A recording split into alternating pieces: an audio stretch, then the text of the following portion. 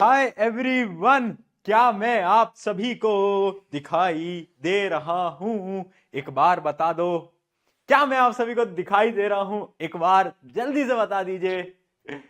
अगर अगर अगर मैं आपको दिखाई दे रहा हूं, मेरी आवाज सुंदर तरीके से आपको सुनाई दे रही है, तो एक बार चैट के अंदर क्या डाल देना है? पीके डाल दो चैट के अंदर, है ना। पीके हमारा कोड वर्ड रहता है क्लास का। तो जरा एक बार पीके डाल दो चैट के अंदर ताकि देख पाए कितने लोग जुड़ चुके हैं। क्या बात है, बैच के अंदर आ चुके हैं कनक, सौरभ, रितिका, खुशी, जतिन, अभय। अभय नाम, अभय बैच के अंदर अभय पीके के साथ चैट दौड़ नहीं रही है, चैट भाग नहीं रही है, चैट उड़ रही है आज तो, है ना। क्या बात है, क्या बात है। ओहो हो, अरे रुक जाओ रुक जाओ, अरे मेरे को नाम नहीं दिख पा रहे तुम्हारे। धीरे धीरे लिखो, धीरे धीरे बेटा, तुम्हारे नाम ही नहीं लिख पा रहे मेरे को। नाम तो दिखने दो यार। क्या लिख रहे हैं? हाँ जी, आवाज आवाज सही है, आवाज भी सही है ना बेटा। चलो बहुत बढ़िया, बहुत बढ़िया, बहुत बढ़िया। क्या बात है। याशी का नाम ले लो, याशिका, अथर्व, खुशी, आर्यन, है ना। क्या बात है, सब आ गए हैं क्या क्लास में? अरे यार तुम यार चैट ही चैट चले जा रही है यार, है ना। क्या यार तुम लोग, रुक तो जाओ, थोड़ा सा तो रुक जाया करो, सबर तो रखा करो। इतनी जल्दी भागे जा रहे, भागे जा रहे, भागे जा रहे भैया। रुक तो जाया करो, कभी तो रुका करो, है ना। चलो, अरे हाँ भाई, अब देख, अब लोग पागल हो गए। भैया हमारा भी नाम ले लो, भैया हमारा भी नाम ले लो, भैया हमारा भी नाम ले लो। हाँ हाँ, सबके नाम ले लो, सबके नाम ले लो, है ना। अच्छा पहले ये बताओ, कल का जो अपना लेक्चर था मैटर इन आर सराउंडिंग, जो कि बड़ा सिंपल सा चैप्टर था, वो तुमने क्या पढ़ा था? और अगर पढ़ा था तो क्या तुम्हें समझ आया था? यस या फिर नो के अंदर जवाब देंगे फटाफट से चैट के अंदर। जल्दी बताओ, जल्दी बताओ। पढ़ा था, है ना। पढ़ा था, बिल्कुल पढ़ा था। हाँ जी, हाँ जी, हाँ जी, हाँ बिल्कुल, सबने पढ़ा है। बहुत बढ़िया, बहुत बढ़िया। अच्छा, अगली चीज, क्लास थोड़ी सी देरी से हुई आज, है ना। जैसे कि आपको टेलीग्राम मैंने बोला था ज्वाइन करके रख लो। ऐसा कभी कभार कुछ इश्यू आते हैं ना बेटा। क्या होता है ना, मैं आपको एक बड़ी अच्छी सच्चाई बताता हूं। हमेशा जो पहली क्लासेस होती है ना ऐप के ऊपर, वो थोड़ी सी मुश्किल होती हैं। मुश्किल मतलब वो जो क्लासेस होती है ना, उनके अंदर ना थोड़े बहुत प्रॉब्लम्स आती हैं। ये हर बार होता है, जब भी एक नया बैच आता है उसकी पहले की एक दो क्लास में थोड़े इश्यू आते हैं। तुम अपने सीनियर से पूछना जो पढ़ते आ रहे हैं, उनके भी एक दो क्लासेस में इश्यू आते हैं, बट उसके बाद वो इश्यू सॉल्व हो जाते हैं। तो ऐसा नहीं होता कि उन एक दो क्लास के इश्यू में तुम पैनिक कर जाओ, तुम डर जाओ कि भैया ये क्या हो गया, है ना। क्योंकि मुझे पता है तुमने ना अपने पेरेंट्स से बड़ी रिक्वेस्ट करके इस बैच को लिया है ना। तुमने हमारे भरोसे पे इस बैच को लिया है, तो मुझे मालूम है यार, वो डर तो सबको लगता है, बट भरोसा रखना होता है, चीजें सही हो जाती हैं। ठीक है, चलें स्टार्ट करें। अब स्टार्ट करेंगे बेटा। चलिए, चलिए एनवाईक्यू कब मिलेंगे? एनवाईक्यू आपको मिल जाएंगे आज ही। मैं रात तक एनवाईक्यू भी अपलोड करवा दूंगा। जिसको एनवाईक्यू नहीं मालूम है, पिछले लेक्चर में क्यों नहीं आए थे तुम? क्यों नहीं आए थे? हाँ भाई, पिछले लेक्चर अटेंड कर लेते यार भाई, है ना, कोई दिक्कत ही नहीं रह जाती। चलो, चलो, चलो, बहुत बढ़िया, बहुत बढ़िया, है ना। सही, स्टार्ट करें। स्टार्ट किया जाए एक नया चैप्टर, जो कि है fundamental unit of life.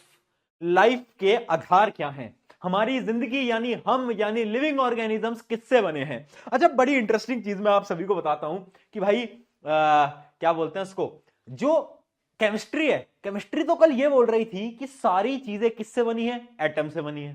But biology ये बोलती है कि सारी चीजें एटम से नहीं बनी। सारी चीजें किससे बनी है बेटा? सारी की सारी चीजें बनी हैं आपके सेल से। सेल एक ऐसा यूनिट जिससे कि सारे ऑर्गेनिजम्स बने होते हैं, है ना। तो कौन सच्चा कौन झूठा? केमिस्ट्री तो कह रही थी कि भैया मैं सच्चा हूं, मैं सच्चा हूं, मैटर से बना है ना। बायोलॉजी कह रही है मैं सच्चा हूं, मैं तो सेल से बने। बट रियलिटी है ना, जितने भी आपके ऑर्गेनिजम्स होते हैं ना, आपके नॉन लिविंग ऑर्गेनिज्म, सब कुछ वो आपके एटम से बने हैं। बट हम बात कर रहे हैं बायोलॉजी के अंदर लिविंग ऑर्गेनिज्म की। तो जितने भी लिविंग ऑर्गेनिज्म है ना, वो सेल के बने होते हैं। किससे बने होते हैं बेटा? सेल से। और वही इस चैप्टर के अंदर अपन को पढ़ना है। जोश मीटर एकदम अपना हाई रखना है ना। जोश मीटर क्या हाई है ना? जल्दी बताओ, जल्दी बताओ, जोश मीटर सबका हाई है नहीं है? जल्दी।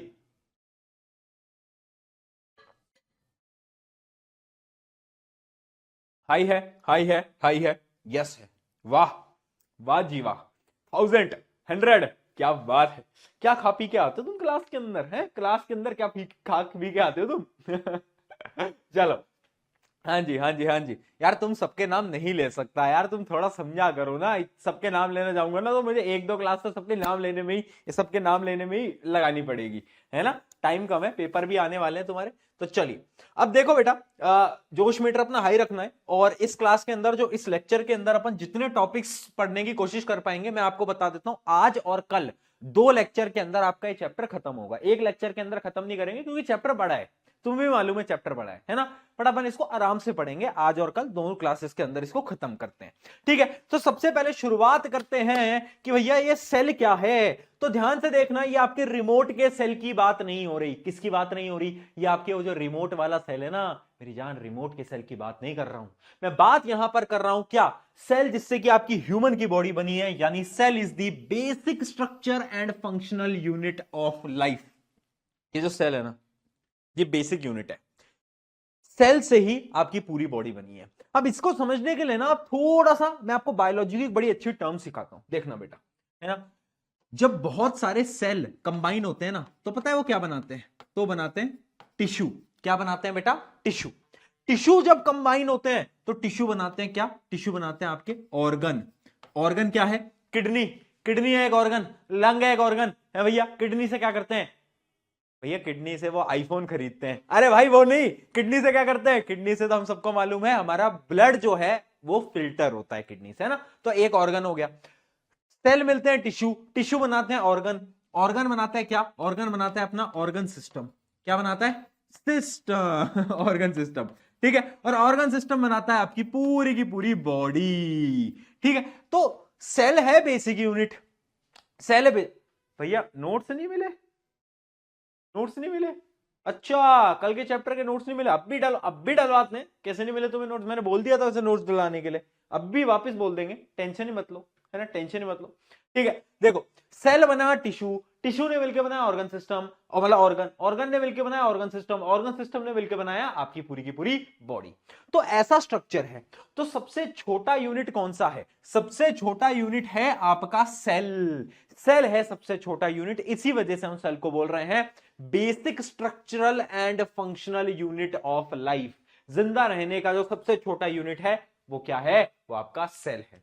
अब यहां पर ना, जो आपके एग्जामिनर होते हैं ना बेटा, वो बड़ा ही एक लॉजिकल सा सवाल पूछते हैं। वो बड़ा ही क्या करते हैं? वो बड़ा ही लॉजिकल सा सवाल पूछते हैं। 1 मिनट देना बेटा, 1 मिनट।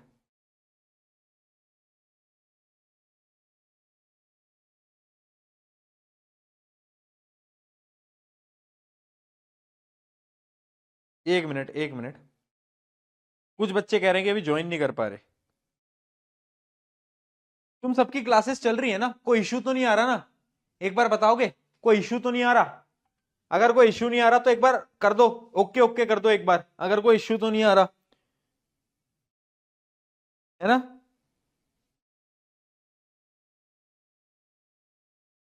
कर दें? न्यूक्लियस बताऊंगा यार, न्यूक्लियस बताऊंगा यार, है ना। हाँ जी, बहुत बढ़िया। हाँ बस, प्रूफ आ गया, सबका ओके आ रहा है, यानी अभी इशू नहीं आ रहा। ठीक है, ठीक है, ठीक है, ठीक है। मैं फिर बोल रहा हूं, पहले की 1-2 क्लासेस, लाइव क्लासेस थोड़ी बहुत इशू देती हैं, बट आपको लाइफ में जब समस्या आती है ना बेटा, तो अपन क्या है, अपन भागते नहीं है समस्या से, अपन उनको ओवरकम करते हैं। तो यहां पर भी समस्या आती है, उनको अपन ओवरकम करेंगे, तुम टेंशन मत लिया करो। देखो आ जाओ, अब अपन इतना समझ चुके हैं। देखो, तुम्हारे चक्कर में अभी मैं अपना फोन गिरा देता। मैं तुम्हारे लो, तुम्हारे शोभित भैया का फोन है, रुको भाई। हाँ शोभित भैया बताइए। हेलो। हाँ शोभित भैया बताइए, क्लास में हूँ यार, क्यों डिस्टर्ब कर रहे हो? और क्या, क्लास के अंदर हूँ यार, मैं बच्चों से बातचीत कर रहा हूँ, डिस्टर्ब मत करो। ठीक है, हाँ ठीक है, ठीक है, चलो। हाँ यार, डिस्टर्ब कर रहे थे चलो। हाँ जी, देखो, तो क्या था यार, एक तो बातें इधर उधर घुमा जाती है, ऐसे ऐसे होता रहता है ना, तो ठीक है चलो।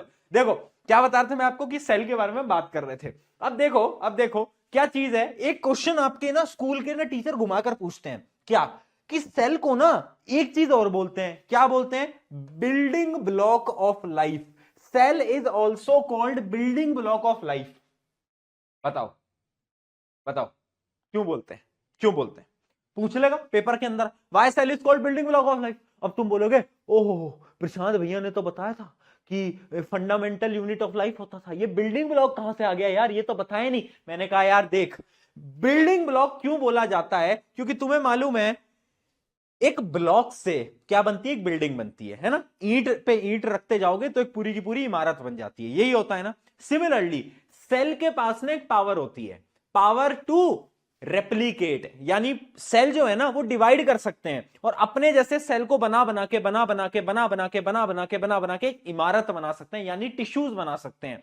और उसी वजह से हम सेल को बोलते हैं बिल्डिंग ब्लॉक ऑफ लाइफ, यानी वो एक ऐसा ब्लॉक है जो कि क्या है, हमारी जिंदगी के लिए इंपॉर्टेंट है। ठीक है, इस वजह से सेल को बोलते हैं। रीजन क्या है, cell can reproduce independently which is why they are considered as building block. Done done done done done done done done done, बहुत बढ़िया। चलिए, है ना, अब आगे बढ़ा जाए, आगे बढ़ा जाए। ये कुछ सेल के बारे में हमने बात कर ली। अब ना थोड़ी सी हिस्ट्री के बारे में जानते हैं, हिस्ट्री समझते हैं कि हिस्ट्री में क्या क्या हुआ था, है ना। देख रहे हो साइंस में भी हिस्ट्री विस्ट्री ले आता हूं मैं, तुम टेंशन मत लिया करो।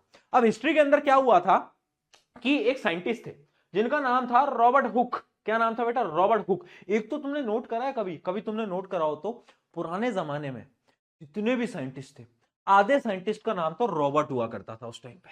नोट करा है तुमने, नोट करा है कभी, करा है, करा है,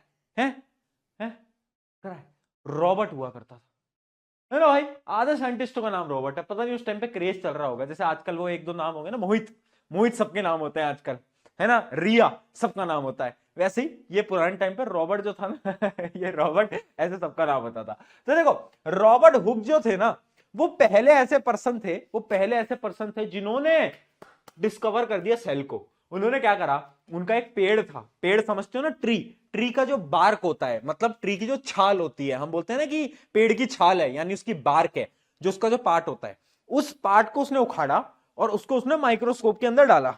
माइक्रोस्कोप के अंदर डाला तो उसने देखा कि यार इसके अंदर तो छोटे छोटे कुछ पार्टिकल है, और उन पार्टिकल को उन्होंने नाम दिया सेल। तो सबसे पहले सेल की डिस्कवरी किसने करी थी, रॉबर्ट हुक जी ने करी थी। बट उन्होंने जो डिस्कवरी करी थी ना, ये जो सेल थे ना बेटा, वो पता कैसे सेल थे, वो थे नॉन लिविंग सेल।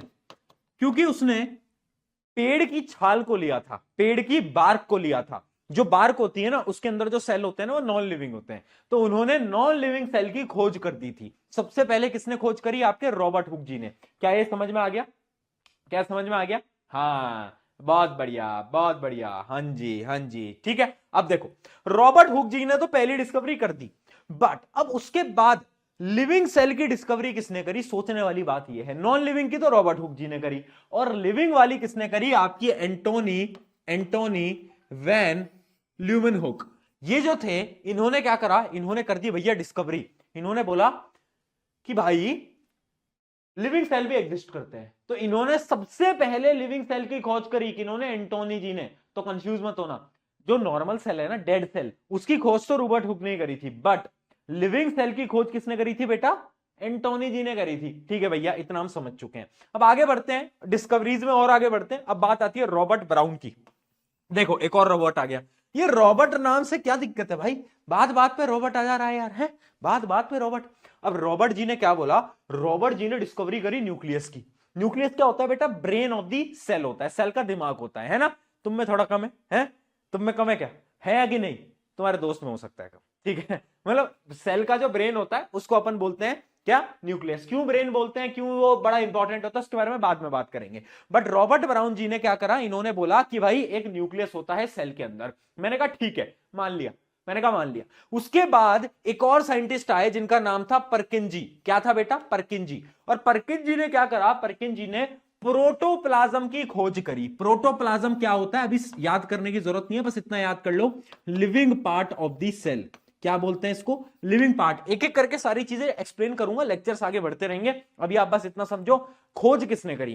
प्रोटोप्लाज्म क्या है? Living part. किसने खोज करी? परकिंजी ने। फिर आए तीन भाई, तीनों तबाही हैं। फिर आए तीन भाई, तीनों तबाही, और तीनों ने मिलकर क्या दी? तीनों ने मिलकर दी थ्योरी ऑफ सेल, जिसको अपन बोलते हैं the cell theory. Cell theory दी तीन भाई, तीनों तबाही ने मिलकर, ठीक है। अब उन्होंने क्या करा, उन्होंने 3 स्टेटमेंट दी, और यहां से एक सवाल बेटा 101% आता है तुम्हारे पेपर के अंदर। तुम जब स्कूल का पेपर देके आओगे ना तो तुम भी बोलोगे हाँ यार भैया सेल थ्योरी पे सवाल आ गया था। ठीक है, तो देखना सेल थ्योरी पे 3 पॉइंटर दिए गए। सबसे पहले साइंटिस्ट आए स्क्लेटन। कौन आए बेटा? ये आपकी जो पहले आप ये साइंटिस्ट देख पा रहे हो, ये है आपके जैकब स्क्लेटन, ये आए सबसे पहले। और इन्होंने क्या बोला? इन्होंने ये बोला कि all plants are made up of cell, all plants are made up of cell. ठीक, फिर उसके बाद दूसरे साइंटिस्ट आए रेडोल्फ, नहीं उसके बाद आए थे आपके क्या, उसके बाद आए थे स्कोवन, है ना, आपके दूसरे साइंटिस्ट आए थे। ये जो रेडोल्फ थे ये तो बाद में आए थे, पहले कौन था? स्क्लेटन। स्क्लेटन ने क्या बोला? उन्होंने बोला कि all plants are made up of cell. फिर उसके बाद आए एक साइंटिस्ट आपके स्वान नाम से, उन्होंने क्या बोला? उन्होंने ये बोला कि भाई ऑल एनिमल, ऑल, हाँ जी बेटा रिकॉर्डेड वीडियो मिलेगी बाद में, all animal are made up of cell, all animal are made up of cell. किसने बोला? स्वान ने बोला। ठीक है, तो यानी एक साइंटिस्ट ने बोला कि all plants are made up of cell, एक ने बोला all animals are made up of cell. फिर उन दोनों ने मिलजुल के एक और स्टेटमेंट दी। उन्होंने क्या स्टेटमेंट दी? The cell is the basic structural and functional unit of life. ठीक है, तो ये 2 पॉइंट तो इन्होंने कवर कर दिए। उसके बाद एक आते हैं तीसरे, जो थे आपके रेडोल्फ वर्च्यू। और ये जो थे ना, ये एक टाइप के क्या थे? ये बैक बेंचर थे। बैक बेंचर क्या करते हैं? बैक बेंचर आते हैं और वो बोलते हैं तुम दोनों ना एकदम सही बोल रहे हो, तुम दोनों ना एकदम सही बोल रहे हो, पर मैं अपनी तरफ से थोड़ा सा ऐड कर देता हूं। वो नहीं होते 1-2 बच्चे, वो तुम्हारी क्लास के अंदर, तुम्हारे वाइवा होते हैं स्कूल के अंदर, वाइवा हुए। जैसे कि मैं क्या करता था अपने टाइम पे, मैं बताता हूँ, है ना, मैं थोड़ा सा ऐसे उतना पढ़ने लिखने वाला बच्चा नहीं था स्कूल टाइम पे। तो मैं क्या करता था, मैं बड़ी अच्छी ट्रिक करता था। वाइवा होते थे हमारे, ठीक, तो जब वाइवा होते थे ना बेटा, तो मैं आराम से बैठा हूं, ठीक है, तो वाइवा ग्रुप में होते थे, 3-4 के ग्रुप में होते थे। अब 3-4 के ग्रुप में हो रहे, तो मैं क्या करता था ना, मैं बोलता था जैसे कि मुझसे सवाल पूछ रही है मैम, है ना, तो वही सेम सवाल किसी और से पूछा, किसी और से पूछा, तो उसने जो आंसर दिया, जैसे पूछा what is mitochondria, power house is this cell, तो मैं yes yes yes power house is this cell, power house is this cell, क्योंकि मैं तो सामने वाले का रिपीट करता था, मुझे तो कुछ नहीं आता था। तो मतलब ऐसे होते हैं बैक बेंचर। तो ये भी वैसे ही थे। तो रोडोल्फ वर्च्यू जी ने ये बोला कि भाई देखो तुम दोनों एकदम सही कह रहे हो, बस मैं एक चीज और जोड़ना चाहता हूं। क्या जोड़ना चाहता हूं? उन्होंने एक स्टेटमेंट जोड़ी। वो स्टेटमेंट क्या थी बेटा? ध्यान से देख लो, all cell arise from pre existing cells, यानी सेल डिवाइड करते हैं। उन्होंने क्या बताया? उन्होंने क्या बताया? ध्यान से देखो, उन्होंने क्या बताया? उन्होंने बोला कि क्या?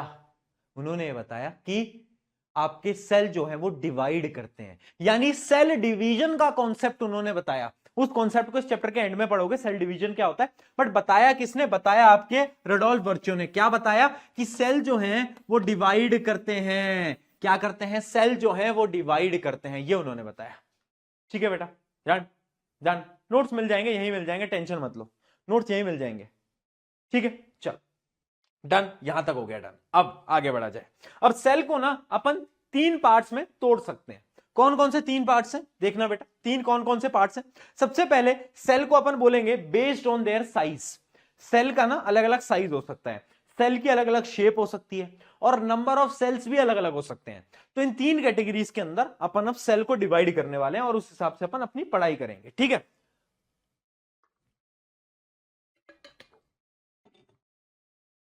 देखो अब सबसे पहले सेल को अपन डिवाइड कर देते हैं कि कितने नंबर ऑफ सेल हैं। 2 ऑर्गेनिजम्स होते हैं, एक होता है यूनिसेलुलर, एक होता है मल्टी सेलुलर। यूनि का मतलब क्या होता है? यूनि से तुम्हें समझ आ ही रहा है, यूनि का मतलब है तुम्हारी तरह बेटा ये भी क्या है? सिंगल, यानी ये है आपके सिंगल सेल्ड ऑर्गेनिजम्स। यूनिसेलुलर क्या है? सिंगल सेल्ड ऑर्गेनिजम्स, है ना, वो ऑर्गेनिज्म जिनके ऊपर एक ही सेल है उसको अपन बोलते हैं यूनिसेलुलर। एग्जांपल क्या है आपके? अमीबा है, पैरामीशियम है ना, बहुत सारी फंजाइज भी होती हैं। तो ये सब आपके क्या होते हैं? अमीबा है, यीस्ट है, ये सब आपके क्या है? ये सब आपके एग्जांपल है यूनिसेलुलर के। मल्टी सेलुलर क्या है बेटा? मल्टी सेलुलर क्या है? मल्टी सेलुलर जो कि एक से ज्यादा सेल से बने हुए हैं, जैसे कि ह्यूमन और आपके जितने भी ऑर्गेनिजम्स हैं, जैसे फिश हो गया, टाइगर हो गया, है ना, आपके प्लांट्स हो गए, वो सब क्या है? वो सब आपके मल्टी सेलुलर ऑर्गेनिज्म हैं। चलिए, बहुत बढ़िया, बहुत बढ़िया, क्या बात है। ये प्रशांत भैया की फोटो लगा दी क्या है? ये प्रशांत भैया की फोटो लगा दी थी। पी के भैया, पी के भैया। चलो बहुत बढ़िया, चलिए आगे बढ़ा जाए, आगे बढ़ा जाए। ठीक है, तो मल्टी सेलुलर और यूनिसेलुलर में क्या डिफरेंस आया? यूनिसेलुलर और मल्टी सेलुलर में मेन डिफरेंस ये है कि जो मल्टी सेलुलर होते हैं वो मल्टीपल सेल से बने होते हैं, जबकि यूनिसेलुलर एक सिंगल सेल के बने होते हैं। उसके अलावा इनके पास, मल्टी सेलुलर के पास अलग अलग सेल के अलग अलग काम होते हैं, अलग अलग सेल के अलग अलग काम होते हैं, है ना। सब सेल के क्या होते हैं? स्पेशलाइज्ड काम होते हैं। बट इधर यूनिसेलुलर के अंदर एक सेल ही होता है जो कि सारे काम करता है। One single cell does all the work. ये इनके बीच का डिफरेंस है, एग्जांपल मैं आपको बता चुका हूं। अब बढ़ते हैं सेकंड कैटेगरी की तरफ। कैटेगरी क्या है? कैटेगरी है आपकी डिफरेंट सेल शेप। अब जो सेल है ना वो भी भैया अलग अलग शेप का है। बताऊं, राउंड भी होता है, स्क्वायर भी होता है, स्पिंडल शेप भी होता है। एग्जांपल दिखाता हूं, देखो एग्जांपल दिखाता हूं। ये आप सेल देख पा रहे हो? कहां गया ये आप सेल देख पा रहे हो? कैसी अजीब सी शेप का है। क्या आप इसको देख पा रहे हो? हाँ या ना में एक बार जवाब दो फटाफट, हाँ या ना में जवाब दो। तुम्हारी चैट्स कहां गई भाई? एक मिनट, तुम लोगों की चैट्स काहे नहीं देख रही मुझे? रुको रुको रुको, हाँ ठीक है, बताओ दिखाई दे रहा है? हाँ, तो ये क्या है? ये है आपका बेटा नर्व सेल। नर्व सेल कहां होता है? आपके दिमाग के अंदर होता है ना, जो कि तुम्हारे दोस्तों थोड़ा कम है, बट ठीक है। नर्व सेल जो है ना उसकी आप शेप देखो कैसी है, अजीब सी शेप है उसकी, है ना। ये जो शेप है ना नर्व सेल की, इस शेप को अपन क्या बोलते हैं? Branched and elongated shape. उसके अलावा और भी अलग अलग शेप होती हैं, जैसे कि एक शेप है आपकी स्पिंडल शेप। स्पिंडल शेप कैसी होती है? जैसे आपके मसल्स होते हैं, इस टाइप की शेप होती है, जिसको अपन बोलते हैं स्पिंडल शेप। क्या बोलते हैं बेटा? स्पिंडल शेप, है ना। उसके अलावा ये हो गई आपकी, क्या है आपकी? Elongated and branch shape. उसके अलावा आपके जो फीमेल का जो सेक्स सेल होता है वो होता है ओवम, और वो पता है कैसा होता है? वो होता है आपका राउंड यानी स्पेरिकल, वो स्पेरिकल होता है।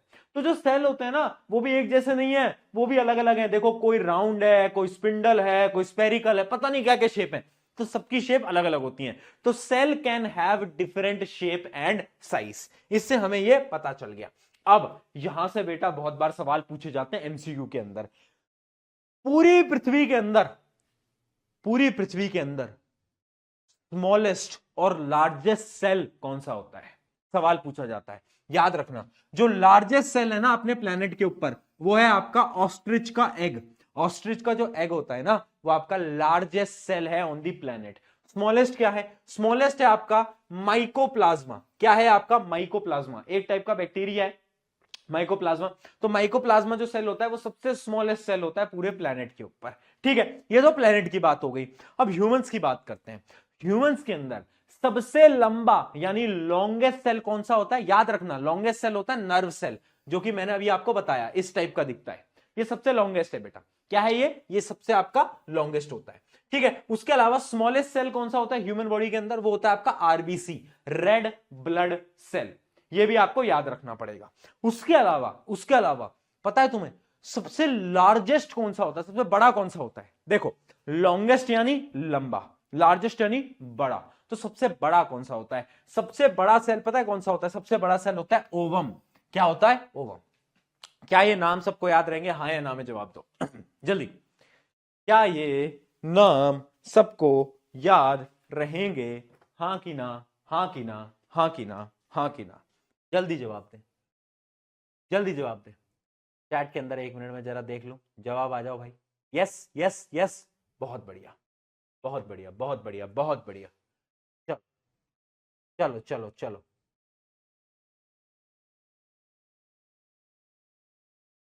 1 मिनट देना।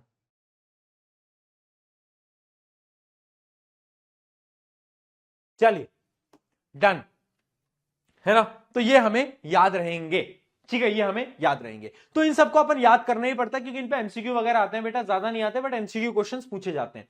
अब बात करते हैं, आगे बढ़ जाते हैं। अब अपन ने ये देख लिया कि शेप भी अलग है, साइज भी अलग है, नंबर भी अलग है, सब कुछ अलग है। बट अब अपन देख रहे हैं कि जो सेल है ना उसका बेसिक स्ट्रक्चर कैसा है, कि सेल अपना दिखता कैसे है भैया, वो तो हमें पता चले कि सेल का बेसिक स्ट्रक्चर क्या होता है, उसके बारे में थोड़ी बातचीत कर लें। तो आ जाओ भाई उसके बारे में बातचीत कर लेते हैं।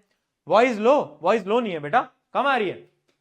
कम आ रही है क्या? नहीं यार ठीक आ रही है, मैं थोड़ी बढ़ा देता हूं, फिर भी तुम लोगों के लिए बढ़ा देता हूं बस। अब ठीक है, देखो वॉइस, आप अपना स्ट्रक्चर क्या है?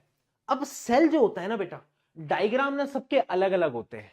तुम्हें बुक वाला डायग्राम याद करने की बिल्कुल भी आवश्यकता नहीं है। अगर तुम ये सोच रहे हो तुम एकदम टफ डायग्राम को याद करोगे, नहीं यार, कोई जरूरत नहीं है। तुम बेसिक डायग्राम की मदद से भी क्या कर सकते हो, आराम से बनाकर आ सकते हो। जैसे कि आपको मैं बेसिक स्ट्रक्चर के बारे में बताता हूं। ये आपका होता है एनिमल सेल और ये है आपका प्लांट सेल।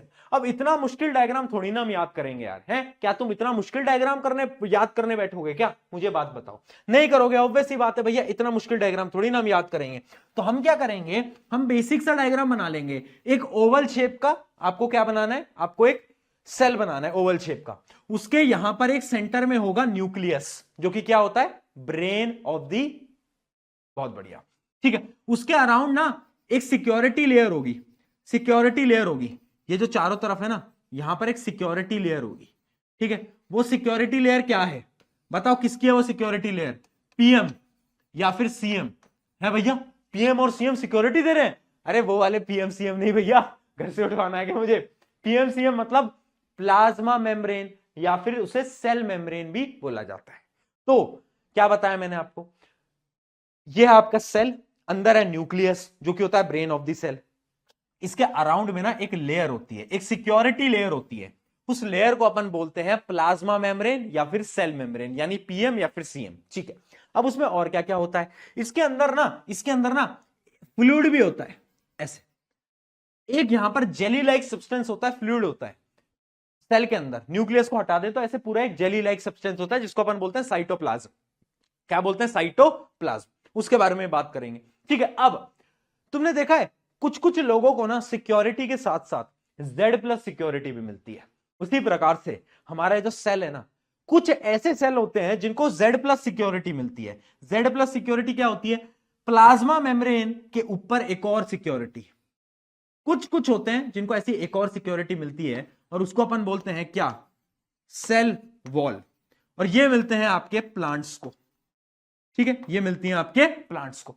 तो बेसिक स्ट्रक्चर आप समझ लो कि सेल क्या है, न्यूक्लियस है, साइटोप्लाज्म है, ठीक है, सेल मेम्ब्रेन है, सेल वॉल है, और साइटोप्लाज्म के अंदर ना बहुत सारी ऑर्गेनेलीज होती हैं जिनको अपन बोलते हैं सेल ऑर्गेनेलीज। यहां पर बहुत सारी ऑर्गेनेलीज होती हैं, जैसे अपनी बॉडी के अंदर ऑर्गन्स होते हैं ना अलग अलग काम के लिए, उसी प्रकार से सेल के पास भी अपने ऑर्गन्स होते हैं अलग अलग काम के लिए, जिनको अपन सेल ऑर्गेनेलीज बोलते हैं, ठीक है। तो बेसिक स्ट्रक्चर कुछ इस प्रकार से है। अब इनके बारे में डिटेल में एक एक करके पढ़ना स्टार्ट करते हैं, ठीक है बेटा?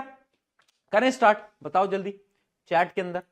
Done done done done done done done कर दें? चलो बच्चे बोल रहे हैं कर दिया, तो कर दिया जाए। चलिए, है ना, सही। वे डायग्राम नहीं हो रहे, अरे बेटा वो वाले डायग्राम बनाना क्यों है तुझे? ये डायग्राम तू बनाने बैठ क्यों रहा है? तेरे को मैंने क्या बताया, एक ओवल बना, उसके बीच में एक न्यूक्लियस बना, है ना, उसके अराउंड ऐसे सेल ऑर्गेनेल बना लेना, है ना, और क्या दे देना, एक सेल मेम्ब्रेन बना देना। देखो डायग्राम ड्राइंग इंपॉर्टेंट नहीं है, इंपॉर्टेंट क्या है, लेबलिंग इंपॉर्टेंट है। अगर तुम्हें लेबलिंग करना आ गया ना बेटा सही से, तो तुम्हारे नंबर कहीं नहीं कटेंगे, बट अगर तुम लेबलिंग गलत करके आओगे ना तो नंबर कटेंगे, ठीक है। अब बात करते हैं सेल मेम्ब्रेन की। सेल मेम्ब्रेन क्या होता है? प्लाज्मा मेम्ब्रेन होती है ये। इसका ना एक नाम होता है, पता है नाम क्या होता है? इसको अपन बोलते हैं सेलेक्टिवली परमिएबल मेम्ब्रेन। क्या बोलते हैं? Selectively permeable membrane. क्यों बोलते हैं? देखो, आपके घर पे कोई गार्ड है, अगर आपके स्कूल में गार्ड होते हैं ना, गार्ड भैया खड़े, उनका काम क्या है? कुछ लोगों को तो अंदर आने देते हैं, है ना, और कुछ लोगों को अंदर नहीं आने देते। वो कहते हैं तू अपने स्कूल का बच्चा है क्या, तो अंदर आ जा, तो अपने स्कूल का नहीं है, बाहर चले जा, ऐसे ही करते। तो ये जो सेल मेम्ब्रेन है ना, ये जो प्लाज्मा मेम्ब्रेन है, ये भी ये सेम काम करती है। इनका भी यही काम है। ये क्या करती है, ये जो प्लाज्मा सेल मेम्ब्रेन है, इसका भी सेम काम है कि कुछ पार्टिकल्स को अंदर बुलाना, कुछ पार्टिकल को बाहर भेजना, सबको अलाउ नहीं करता। इसका एक फीचर होता है सेलेक्टिवली परमिएबल, यानी कुछ कुछ लोगों को सेलेक्ट करके, कुछ कुछ सब्सटेंसेस को सेलेक्ट करके अपना अंदर बाहर करेगा, सबको नहीं करेगा। इस वजह से इसको बोला जाता है सेलेक्टिवली परमिएबल मेम्ब्रेन, ठीक है, सेलेक्टिवली परमिएबल मेम्ब्रेन। क्या है, बात समझ में आ गई? इसका मेन काम क्या है? The cell membrane act as a protective barrier maintaining the integrity of the cell by controlling what enters and what exists। क्या आ रहा है, क्या जा रहा है, किसको मालूम? इसको मालूम, ठीक है। सेलेक्टिव परमिएबल मेम्ब्रेन भी अपन इसको बोल रहे होते हैं। ये बनती किसकी है? ये क्वेश्चन बार बार पूछा है, सेल मेम्ब्रेन किसकी बनती है? प्रोटीन की बनती है और आपकी लिपिड्स की बनती है। प्रोटीन और आपके लिपिड्स की ये आपकी मेम्ब्रेन बन रही होती है। ठीक है, डन डन बेटा, डन डन। चलिए, बहुत बढ़िया बहुत बढ़िया। ठीक है, अब यहां पर ना दो टर्म्स आ जाती हैं। एक टर्म है एंडोसाइटोसिस और एक दूसरी टर्म है क्या, एक्सोसाइटोसिस। अब बच्चे कंफ्यूज होते हैं, भैया एंडोसाइटोसिस एक्सोसाइटोसिस ये क्या आ गया नया यार, समझ नहीं आ रहा। मैंने कहा सबर रख, fight to fear when your Prashant भैया इज हियर। मैं हूं ना, चिल कर चिल कर। अब बात सुन, देख एंडोसाइटोसिस क्या होता है बेटा, जब सेल को अपने अंदर किसी चीज को लेना है, किसकी मदद से लेगा, अपनी प्लाज्मा मेम्ब्रेन को बोलेगा कि भाई अंदर आ जा, इसको अंदर ले ले, अंदर ले ले। तो जब भी कोई चीज प्लाज्मा मेम्ब्रेन के थ्रू अंदर आएगी, उस प्रोसेस को अपन बोलते हैं एंडोसाइटोसिस। यानी एंडोसाइटोसिस क्या है, the process by which the cell engulf यानी अंदर लेता है, इनगल्फ यानी अंदर लेता है, engulf substances from their external environment and bring them into the cell. Similarly exocytosis क्या होगा, किसी भी सब्सटेंस को बाहर निकालना। अगर कोई भी सब्सटेंस बाहर जा रहा है तो हम बोलेंगे कि ये क्या कर रहा है, ये तो भैया एक्सोसाइटोसिस कर रहा है ना। किसके थ्रू करेगा, आपकी अभी बताया सेमी परमिएबल मेम्ब्रेन के थ्रू, है ना, अभी बताया पीएमसीएम। हाँ, तो उसी प्रोसेस को अपन बोलते हैं क्या, exocytosis, the process by which cell expel the material to the outside of the cell. क्या है बात समझ में आई, जल्दी बताओ।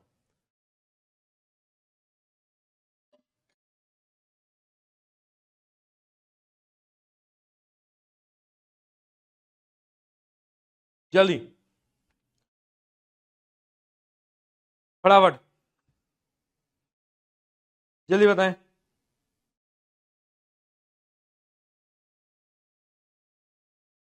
क्लियर क्लियर क्लियर, चलो आ गया चैट के अंदर कि भैया एकदम क्लियर हो चुका है ना। ठीक है ठीक है ठीक है, हाँ जी बिल्कुल बिल्कुल बिल्कुल। थोड़ा सबर बना के रखा करो। अभी कह रहे हो भैया पोल ले दो, ये ले दो, पढ़ाया तुम्हें मैंने इतना सा है, पोल ले लूं अभी से ही, थोड़ा पढ़ाने तो दो, फ्लो तो आने दो। पोल अभी क्या करोगे लेके, अभी थोड़ा फ्लो तो बनने दो ना क्लासेस का बेटा, वो बात भी तो समझने की कोशिश करो, है ना। चलो, ये हो गया एंडोसाइटोसिस एक्सोसाइटोसिस। यहां तक भैया हमें चीजें समझ आ गई हैं। अब बढ़ते हैं आगे। अब पता है, जैसे आपका एक ना ऑर्गेनिज्म होता है अमीबा, आपने 8th क्लास के अंदर भी, छोटी क्लासेस के अंदर पढ़ा था। एक ऑर्गेनिज्म होता है अमीबा। अमीबा जो होता है ना, कुछ इस प्रकार का आपका दिख रहा होता है। मैं आपको बनाकर भी दिखा देता हूं, कुछ इस प्रकार का ऐसा आपका अमीबा होता है। इसके पास एक न्यूक्लियस होता है। अमीबा जो होता है ना बेटा, वो आपका क्या होता है, वो आपका क्या होता है आपका, इसके पास एक ही न्यूक्लियस होता है। ठीक है बेटा, इसके पास क्या होता है, इसके पास एक ही न्यूक्लियस होता है। तो उसको हम क्या नाम देंगे, यूनिसेल्यूलर। यानी इसके पास एक सेल है तो ये यूनिसेल्युलर ऑर्गेनिज्म होता है। ठीक है, अमीबा किसी भी खाने को जब खाता है ना, अंदर लेता है। मान लो यह खाना है, अंदर लेना है, कैसे लेगा, बोलो किस प्रोसेस की मदद से लेगा, एंडोसाइटोसिस। और अगर उसे खाना बाहर निकालना है तब क्या करेगा, एक्सोसाइटोसिस। हाँ बहुत बढ़िया। और पता है तुम्हें, एक स्कूल के अंदर ना यही सवाल आया कि amoeba acquire food by which method, amoeba किस फूड, अपने खाने को कैसे एक्वायर करता है, किस प्रोसेस से एक्वायर करता है। बच्चे कंफ्यूज हो गए क्योंकि उन्हें पता ही नहीं था। तो एंडोसाइटोसिस की मदद से एक्वायर करेगा और एक्सोसाइटोसिस की मदद से बाहर निकालेगा। चलिए अब बढ़ते हैं ट्रांसपोर्ट की तरफ। ट्रांसपोर्ट देखो, अब देखो ट्रांसपोर्ट तो हो ही रहा है, कुछ चीज अंदर से बाहर आ रही है, कुछ बाहर से अंदर आ रही है। तो ट्रांसपोर्ट जो हो रहा है ना, इसके भी कुछ टाइप होते हैं। दो टाइप के ट्रांसपोर्ट होते हैं, एक होता है आपका एक्टिव ट्रांसपोर्ट, एक होता है आपका पैसिव ट्रांसपोर्ट। अच्छा तुमने इंग्लिश में पढ़ा है, वो क्या होता था, एक्टिव, क्या बोलते थे उसको, एक्टिव टेंसेस नहीं, एक्टिव टेंसेस क्या होता है, इंग्लिश मेरी बहुत बेकार थी यार। एक्टिव वर्ब, एक्टिव वर्ब भी क्या होता है, क्या होता है चैट में बताना। एक्टिव कुछ होता है ना, एक्टिव वॉइस पैसिव वॉइस, हाँ हाँ, एक्टिव वॉइस पैसिव वॉइस होता है ना। उसी प्रकार से अपने बायोलॉजी के अंदर आता है क्या, पैसिव ट्रांसपोर्ट और एक्टिव ट्रांसपोर्ट। अब देखो क्या होगा, पैसिव ट्रांसपोर्ट कब किया जाता है, जब भी हमें किसी भी सब्सटेंस को हायर कंसंट्रेशन से लोअर कंसंट्रेशन तक लेके जाना पड़ता है। यानी इमेजिन करो, इमेजिन करो, इमेजिन करो, ये आपका सेल है, ये इसका न्यूक्लियस है ना। अब इमेजिन करो, यहां पर बाहर जो कंसंट्रेशन है ना वो ज्यादा है, कंसंट्रेशन हाई है, और अंदर जो है कंसंट्रेशन वो कम है। तो जब भी कोई चीज हायर से लोअर में जाएगी, हायर कंसंट्रेशन से लोअर में जाएगी, तो हम क्या बोलेंगे? तब हम बोलेंगे ये कैसा ट्रांसपोर्ट है? ये है आपका पैसिव ट्रांसपोर्ट। पैसिव ट्रांसपोर्ट के अंदर हायर से लोअर कंसंट्रेशन में चीजें मूव करती हैं, जबकि एक्टिव के अंदर क्या होता है? लोअर से हायर के अंदर। ठीक है, अब तुम खुद बताओ, तुम्हारे पास अगर 100 रुपए हैं, तुमसे कोई 1 रुपए मांग ले, तो क्या तुम सोचोगे? तुम बोलोगे नहीं यार 1 रुपए ही तो मांग रहा है, ले यार दे दे। तो क्या तुम एनर्जी लगाओगे 1 रुपए देने में? क्या तुम सोचोगे? नहीं सोचोगे, है ना? बट इमेजिन करो तुम्हारे पास 1 रुपए है और तुमसे कोई 100 रुपए मांग ले, अब तुम सोचोगे कि भाई कहां से 100 रुपए दूं। सिमिलरली पैसिव ट्रांसपोर्ट किसके बीच में हो रहा है? जहां पर हायर कंसंट्रेशन है और लोअर कंसंट्रेशन, हायर से लोअर में आ रहा है, तो क्या यहां पर कोई एनर्जी लगेगी? नहीं लगेगी, कोई भी एनर्जी नहीं लगेगी। बट एक्टिव के अंदर कंसंट्रेशन कम है, बट कम से ज्यादा में भेजना है, तो क्या होगा? एनर्जी को लगाना पड़ेगा। तो यहां पर क्या होता है? यहां पर एनर्जी की रिक्वायरमेंट होती है। ठीक है, अगला पॉइंट देखते हैं। ये जो प्रोसेस होता है ना पैसिव ट्रांसपोर्ट का, ये बड़ा ही स्लो प्रोसेस होता है, बट ये फास्ट होता है, ये रैपिड होता है। ये क्या होता है? ये फटाफट वाला रैपिड होता है। और जो पैसिव ट्रांसपोर्ट होता है ना, उसकी मदद से हम छोटे छोटे पार्टिकल को ट्रांसपोर्ट करते हैं, है ना? स्मॉल पार्टिकल्स के हम क्या करते हैं? स्मॉल मॉलिक्यूल्स को ट्रांसपोर्ट करते हैं, जैसे कि पानी को ट्रांसपोर्ट करते हैं। बट एक्टिव ट्रांसपोर्ट की मदद से हम बड़े बड़े मॉलिक्यूल्स, है ना, बड़े बड़े मॉलिक्यूल्स को ट्रांसफर कर रहे होते हैं। क्या ये चारों डिफरेंस हमें समझ में आए? अगर आए तो एक बार जोरदार तरीके से चैट में मुझे बता दो यार। हाँ जी बेटा, क्लास कितनी लंबी चलेगी? जब तुम ये लिख दोगे ना कि भैया थक चुके हैं, तब तक तब तक क्लास चला देंगे, है ना? जब तक तुम बोलोगे तब तक चला देंगे। बताओ क्या कहते हो? 10 बजे तक पढ़ोगे? 11 बजे तक? 12 तक? चलो 1, नहीं 2, 3 बजे तक पढ़ना है? हो जाएगी बेटा, खत्म हो जाएगी, चिल करो तुम। चलो अब बढ़ते हैं एक ऐसे टॉपिक की तरफ जिसमें बच्चे बड़े कंफ्यूज होते हैं। वो टॉपिक है ओस्मोसिस और डिफ्यूजन, है ना? देखो ओस्मोसिस तो अपन ऑलरेडी पढ़ चुके, नहीं डिफ्यूजन तो अपन ऑलरेडी पढ़ चुके हैं। कल की क्लास किसने देखी है? Matter in our surrounding. Diffusion क्या होता है? Mixing of particle. जब भी कोई पार्टिकल मिक्स हो जाते हैं ना आपस में, तो क्या होता है? तब अपन बोलते हैं कि उनका क्या हो गया? डिफ्यूजन हो गया, है ना? जैसे याद करो, एयर क्या हो जा रही थी? मिक्स हो जा रही थी। चीनी पानी में घोल दी तो डिफ्यूजन हो। तो मतलब जितने भी पार्टिकल जब भी मिक्स हो रहे हैं तो वो क्या कहलाते थे? वो डिफ्यूजन कहलाता था। बट आज हमें जानना है कि भैया ये ओस्मोसिस क्या होता है। ये बड़ा टफ होता है ना? ये बच्चों को समझ ही नहीं आता कि भैया ये ओस्मोसिस क्या नहीं भला है। डिफ्यूजन तो हमें आ गया, डिफ्यूजन की तुम्हें डेफिनेशन फिर भी एक बार दिखा देता हूं जो को कल की क्लास में मौजूद नहीं थे।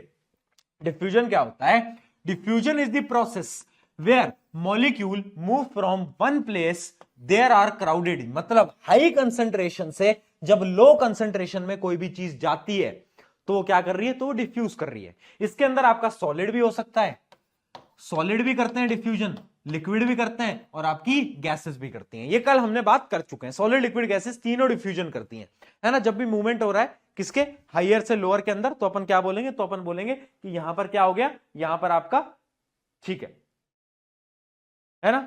डन डन, चलो बहुत बढ़िया, बहुत बढ़िया, है ना? जी जी जी। अभी क्या है ना बेटा, बीच बीच में मैं ये डेस्कटॉप इसलिए देख रहा हूं क्योंकि तुम्हारी चैट वगैरह आज थोड़ी सी ऊपर नीचे चल रही है, तो इसलिए मैं देख रहा हूं, है ना, कि चैट वगैरह में कोई इशू तो नहीं आ रहा, तुम्हारे कोई डाउट तो नहीं आ रहा। तो इसलिए मैं बार बार ऐसे चैट में देख रहा हूं। तो थोड़ा तुम्हें डिस्ट्रैक्शन हो ना तो टेंशन मत लेना कि भैया इधर उधर क्या देख रहे हैं। तुम्हारी ही चैट देख रहा हूं, तुम्हारे ही भले के लिए देख रहा हूं, ठीक है? चलो, तो ये हो गया आपका डिफ्यूजन। बड़ा सिंपल था, ये तो हमें ऑलरेडी आता था। अब बताओ भैया ओस्मोसिस क्या होता है? ये क्या नाम वाला है? देखो डिफ्यूजन सॉलिड लिक्विड गैस तीनों के लिए होता है, बट ओस्मोसिस केवल और केवल होता है आपके लिक्विड के लिए। किसके लिए? लिक्विड्स के लिए। ओस्मोसिस जो होता है ना आपके, वो हमेशा और हमेशा केवल और केवल लिक्विड्स के लिए होता है। देखना एक सिंपल सी बात है, एक सिंपल सी बात है। ओस्मोसिस और डिफ्यूजन में डिफरेंस क्या है? ओस्मोसिस तो लिक्विड्स के लिए हो रहा है, डिफ्यूजन गैस लिक्विड सॉलिड तीनों के लिए हो रहा है। दूसरी चीज, डिफ्यूजन क्या है? जब भी कोई पार्टिकल का मूवमेंट हो रहा है उसको अपन डिफ्यूजन बोल रहे हैं, है ना? बट ओस्मोसिस क्या है? जब भी पार्टिकल का मूवमेंट हो रहा है थ्रू सेल मेम्ब्रेन, यानी मान लो एक पार्टिकल बाहर था, उस पार्टिकल को अपन ने अंदर ले लिया, किसके थ्रू लिया? मेम्ब्रेन के थ्रू। जब भी इस मेम्ब्रेन का काम आ जाए ना, एक लिक्विड को हमने इधर से उठाकर इधर ले लिया, किसके थ्रू? मेम्ब्रेन के थ्रू, तब मैं बोल दूंगा कि ये क्या है? ये है आपका ओस्मोसिस। या फिर मैंने किसी पार्टिकल को अंदर से बाहर मूव आउट करा दिया थ्रू सेमी परमिएबल मेम्ब्रेन, वो क्या है आपका? ओस्मोसिस। जबकि जो डिफ्यूजन होता है ना बेटा, वो सेल के अंदर भी हो सकता है। मान लो एक पार्टिकल था यहां पर, उस पार्टिकल को यहां से मैंने यहां तक मूव करा दिया, तो वो डिफ्यूजन है, बट वो ओस्मोसिस नहीं है। ओस्मोसिस तब होगा जब बीच में सेमी परमिएबल मेम्ब्रेन आ जाएगी, तब होता है ओस्मोसिस। तो ओस्मोसिस की बेटा डेफिनेशन एक बार पढ़ लेते हैं, आ जाइए फटाफट से। ओस्मोसिस की डेफिनेशन क्या है? सिंपल सी डेफिनेशन है क्या? Osmosis is the process by which water molecule move through selective permeable membrane. देखो, सेलेक्टिव परमिएबल मेम्ब्रेन यानी सेल मेम्ब्रेन। जब भी आपका लिक्विड सेलेक्टिव परमिएबल मेम्ब्रेन के थ्रू मूव करेगा, है ना, कहां से कहां मूव करेगा? लोअर कंसंट्रेशन से, देखना बेटा, लोअर कंसंट्रेशन से कहां मूव करेगा? हायर कंसंट्रेशन तक मूव करेगा, तब हम बोलेंगे कि वो ओस्मोसिस है। क्या है बात समझ में आई? भैया कंसंट्रेशन क्या होता है, ये सॉल्यूट क्या होता है, बात करूंगा, टेंशन मत लो, इतना बताओ, इतना बताओ। क्या ये बात यहां तक समझ में आई?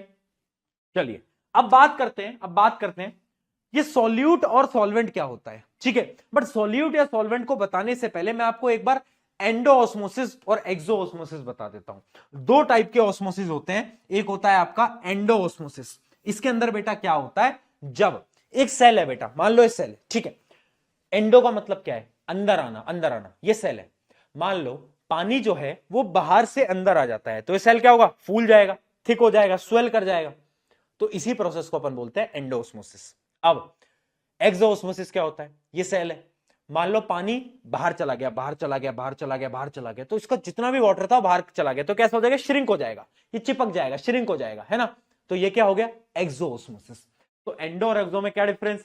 एंडो जो होता है उसके अंदर सेल आपका स्वेल कर जाता है, और एक्सो में क्या होता है? श्रिंक कर जाता है। क्या ये बात समझ में आ गई? स्वेल और श्रिंक किस में करता है? एंडो में स्वेल, एक्सो में श्रिंक। चलो अब बात करते हैं अपने सॉल्यूट और सॉल्वेंट की, ठीक है। अब भैया ये क्या नहीं भला है, इसके बारे में बात करो। देखो इमेजिन करो, मैं एक पानी लेता हूं, है ना, वो पानी जो है ना, जो भी चीज ज्यादा मात्रा में होगी वो क्या कहलाती है? वो मेरी सॉल्वेंट कहलाती है। तो इस केस के अंदर पानी मेरा होगा क्या? पानी मेरा होगा सॉल्वेंट, है ना। अब मैं उसमें चीनी डाल दूंगा, मान लो मैंने इसके अंदर चीनी मिला दी और चीनी मैंने इसके अंदर घोल दी, ठीक है, मैंने घोल दी। तो अब चीनी क्या है? चीनी है एक टाइप का सॉल्यूट। चीनी क्या है? एक टाइप का आपका सॉल्यूट। यानी सॉल्यूट क्या है? जो कम अमाउंट में है। सॉल्वेंट क्या है? जो कि आपके ज्यादा अमाउंट के अंदर प्रेजेंट है। क्या है बात समझ में आई? सॉल्वेंट क्या है? जो कि ज्यादा अमाउंट में है। सॉल्यूट क्या है? जो कि एकदम कम अमाउंट में। जैसे कि पानी के अंदर चीनी मिला दी तो चीनी क्या होगी? चीनी सॉल्यूट होगी, बात खत्म। इतना समझ आया? चलो ठीक है। सॉल्यूट सॉल्वेंट में हमें क्या है डिफरेंस? एक डिफरेंस समझ आ गया, एक बेसिक डिफरेंस, ठीक है बेटा, यहां तक क्लियर हो गया। अब आता है मेन गेम। ये जो आपका ओस्मोसिस है ना, इसका सबसे इंपॉर्टेंट टॉपिक आ जाता है आपका। वो टॉपिक क्या है? वो है आपका तीन टाइप के सॉल्यूशंस, हाइपरटोनिक, हाइपोटोनिक और आइसोटोनिक। ये एक ऐसा टॉपिक है ना जो कि आज तक बेटा स्कूल में बच्चे कभी समझ ही नहीं पाए। मुझे पता है कि तुम बोलते रह जाते हो कि भैया वो हाइपरटोनिक, हाइपोटोनिक, आइसोटोनिक, कुछ समझ नहीं आ रहा भैया, कुछ समझा दो। आज तुम्हें समझ आएगा, बस फोकस पे लगे रहना, है ना, कंसंट्रेशन बनाए रखना, सब कुछ क्लियर होगा। और मैं फिर बोल रहा हूं बेटा, पता है क्या होता है? बहुत बार ना हमारा कंसंट्रेशन छूटने लगता है ना, हमें ऐसा लगता है कि यार बाद में देख लेंगे।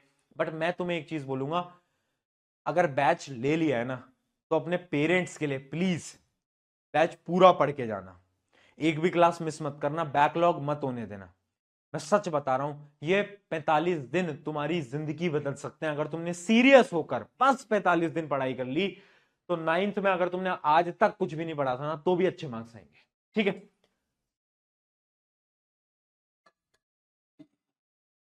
चलो, हाइपरटोनिक, हाइपरटोनिक, आइसोटोनिक। देखो अब हाइपर शब्द से क्या समझ आ रहा है? हाइपर यानी ज्यादा, है ना।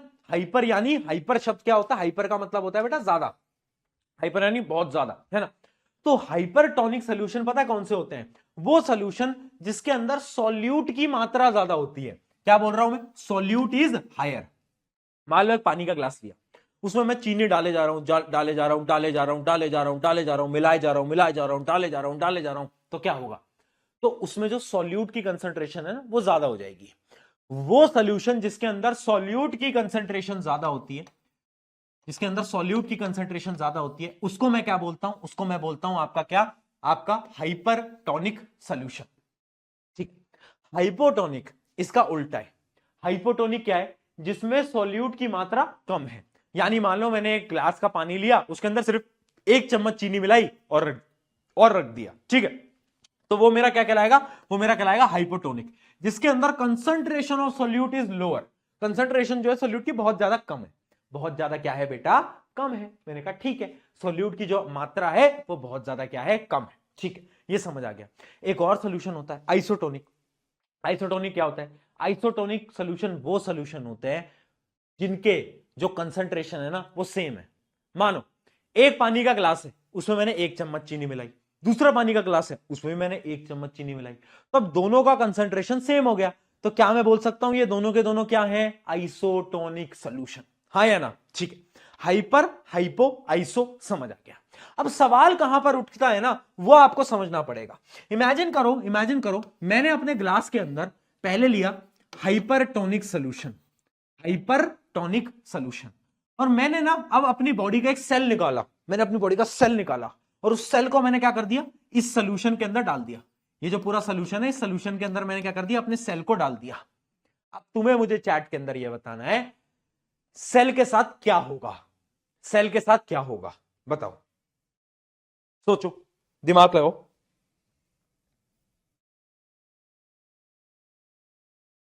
बहुत बढ़िया, बहुत सारे बच्चे लिख भी रहे हैं, बट मैं आपको फिर भी बता देता हूं। देखो, ओस्मोसिस होगा, सबको मालूम है, पर ओस्मोसिस कैसे होगा देखना। हाइपरटोनिक सोल्यूशन का मतलब है कि यहां पर है हाई कंसंट्रेशन, यहां पर है हाई कंसंट्रेशन, ये है हाई कंसंट्रेशन, क्योंकि हाइपरटोनिक में कंसंट्रेशन हाई होती है, और यहां पर है लो कंसंट्रेशन, सेल के अंदर है लो कंसंट्रेशन, और यहां पर है हाई कंसंट्रेशन। हाँ है ना? ठीक है। ओस्मोसिस के अंदर बेटा कहां से कहां मूव करते थे? बोलो, आपका कहां से कहां मूव करते थे? आपके मूव करते थे low concentration to high concentration, अभी डेफिनेशन में बताया। तो आपका इसका जितना भी पानी होगा वो बाहर आने लग जाएगा, है ना? तो लो कंसंट्रेशन से हाई कंसंट्रेशन में मूवमेंट होगी। तो सेल जो होगा ना आपका, थोड़ी देर बाद वो जो सेल होगा ना वो श्रिंक कर जाएगा, यानी पतला हो जाएगा। क्यों? क्योंकि उसके अंदर का सारा पानी बाहर निकल गया और वैसे सुकड़ जाएगा, पतला हो जाएगा। हाँ कि ना? बताओ, यस या नो में जवाब दो जल्दी। हाइपरटोनिक अगर समझ आ गया है तो अब बात करते हैं, हमने क्या करा, ऐसे ही सेम सेल को अपन ने क्या करा, अपन ने उस सेम सेल को अब हाइपोटोनिक के अंदर डाल दिया। हाइपो हाइपो हाइपो के अंदर क्या होता था बेटा? हाइपो के अंदर कंसंट्रेशन जो होती थी वो लो होती थी। ठीक है। अब अगर हाइपोटोनिक सोल्यूशन की कंसंट्रेशन लो है तो क्या होगा बेटा? तो सिंपल सी बात है, सेल की कंसंट्रेशन ज्यादा है, सेल की कंसंट्रेशन क्या है? हाई। मूवमेंट कहां से कहां होता है? मूवमेंट होता है लो से हाई, लो से हाई, लो से हाई। तो क्या होगा? ये जो सेल होगा ये क्या कर जाएगा? ये स्वेल कर जाएगा, फूल जाएगा। क्या कर जाएगा बेटा? ये स्वेल कर जाएगा, फूल जाएगा, बड़ा हो जाएगा। हाँ है ना? ये तो बड़ा सिंपल है यार भैया, है हम तो वैसे ही डरते आ रहे थे, ये तो बहुत सिंपल है। हाँ, अब मुझे बताओ आइसोटोनिक में क्या होगा? आइसोटोनिक में क्या होगा? आइसोटोनिक सोल्यूशन है, सेल को डाला। आइसोटोनिक क्या होता है? जब दोनों का कंसंट्रेशन सेम है।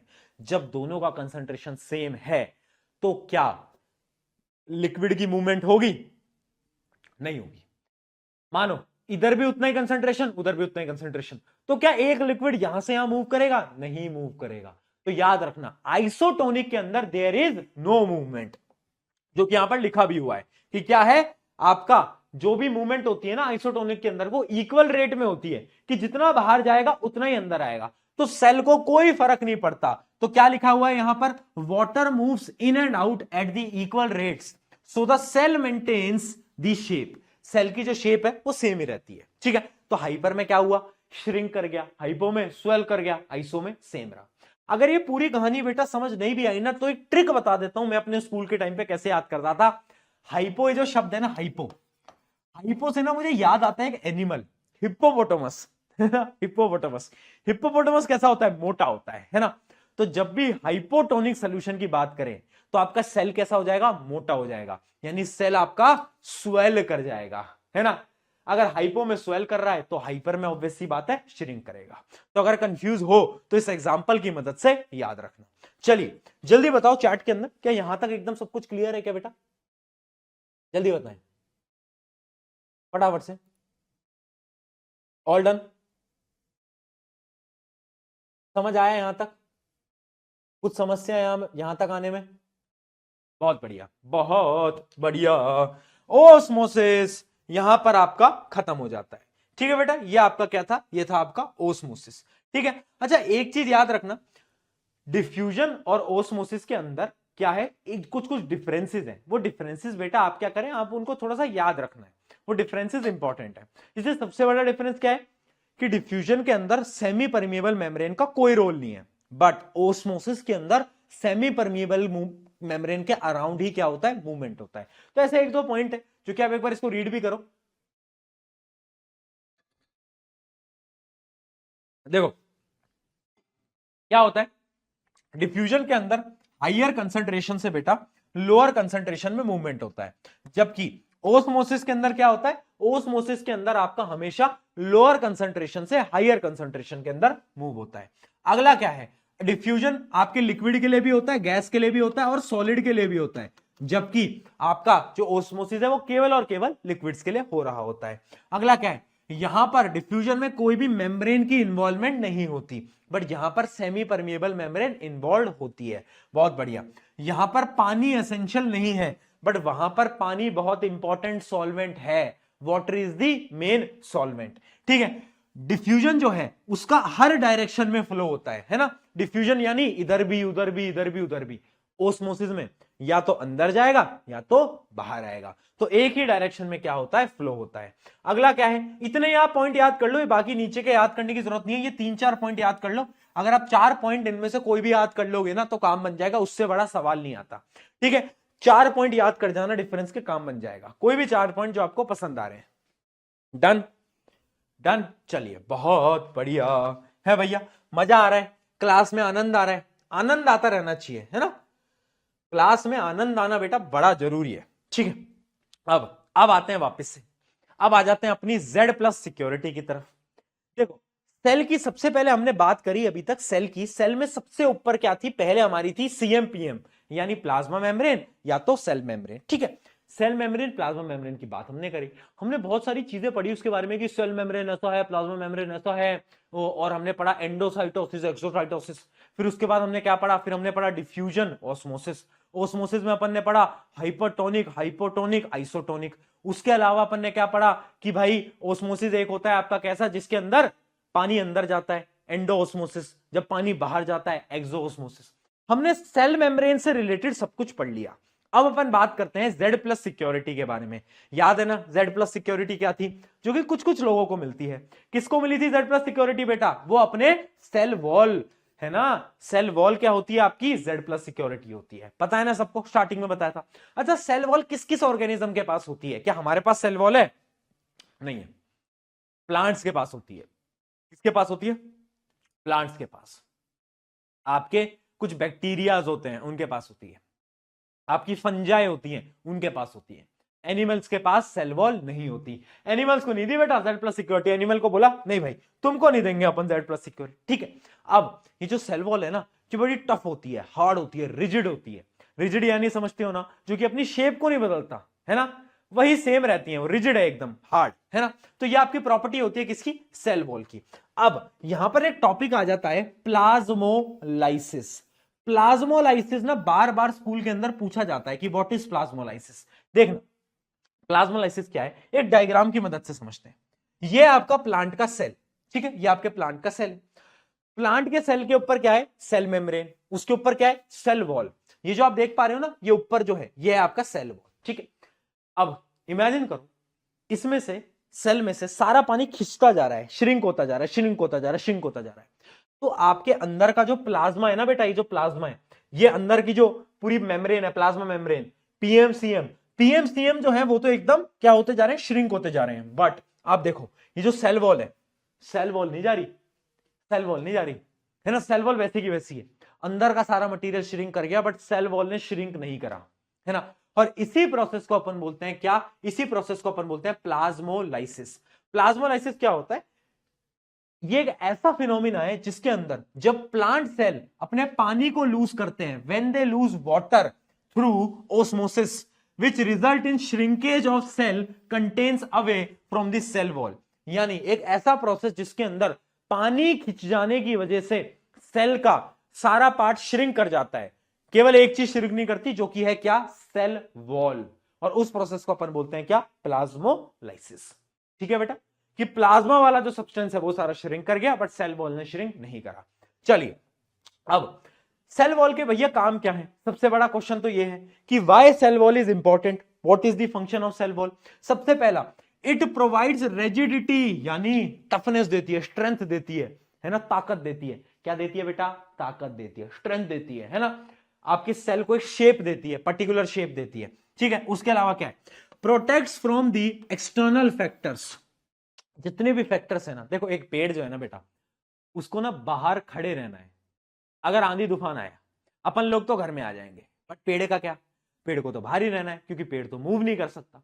इस वजह से पेड़ जो होते हैं, ट्रीज जो होते हैं, उनके पास सेल वॉल होती है, ताकि जब भी कोई इन्वायरमेंट चेंज आए, है ना, मान लो बहुत ज्यादा गर्मी पड़ रही है, बहुत ज्यादा ठंड पड़ रही है, तो उनके सेल बचे रहे उन सारे इन्वायरमेंट के चेंजेस से। किसकी मदद से बचते हैं, वो बचते हैं आपके सेल वॉल की मदद से। अगला, allows plant fungi and bacterial cell to endure greater changes, अभी बताया इन्वायरमेंट में कोई भी चेंज हो रहा है तो उससे बचाने के लिए काम आता है। अगला, protect plant fungi and bacteria cell from bursting. Bursting क्या होता है बेटा, कभी कभार क्या होता है, मान लो ये आपका सेल है, सेल के अंदर पानी जाता जा रहा है, ओस्मोसिस की मदद से जाता जा रहा है, जाता जा रहा है, जाता जा रहा है, जाता जा रहा है, जाता जा रहा है, और आपका सेल बहुत बड़ा हो गया। अब इतना ज्यादा पानी के बाद आपका सेल बर्स्ट भी कर सकता है, फट भी सकता है, बट क्योंकि प्लांट सेल के पास क्या है, प्लांट सेल के पास है सेल वॉल, उस सेल वॉल की वजह से वो कभी भी बर्स्ट नहीं करेगा, यानी फटेगा नहीं, है ना। तो यानी प्रिवेंट्स फ्रॉम बस्टिंग, यानी फटने से भी उसको बचाता है। अगला, help cell withstand osmotic changes, जो भी ऑस्मोसिस का प्रोसेस है, कभी पानी अंदर आता है, कभी पानी बाहर चला जाता है, उस प्रोसेस से भी सेल को बचाता है, क्योंकि सेल की शेप तो सेम ही रहेगी, क्योंकि उसके पास क्या है, सेल वॉल है। क्या ये 3-4 पॉइंट क्लियर है बेटा, जल्दी बताओ।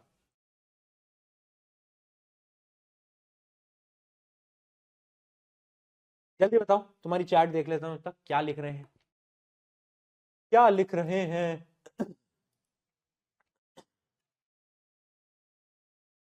Why plant cell not able to walk?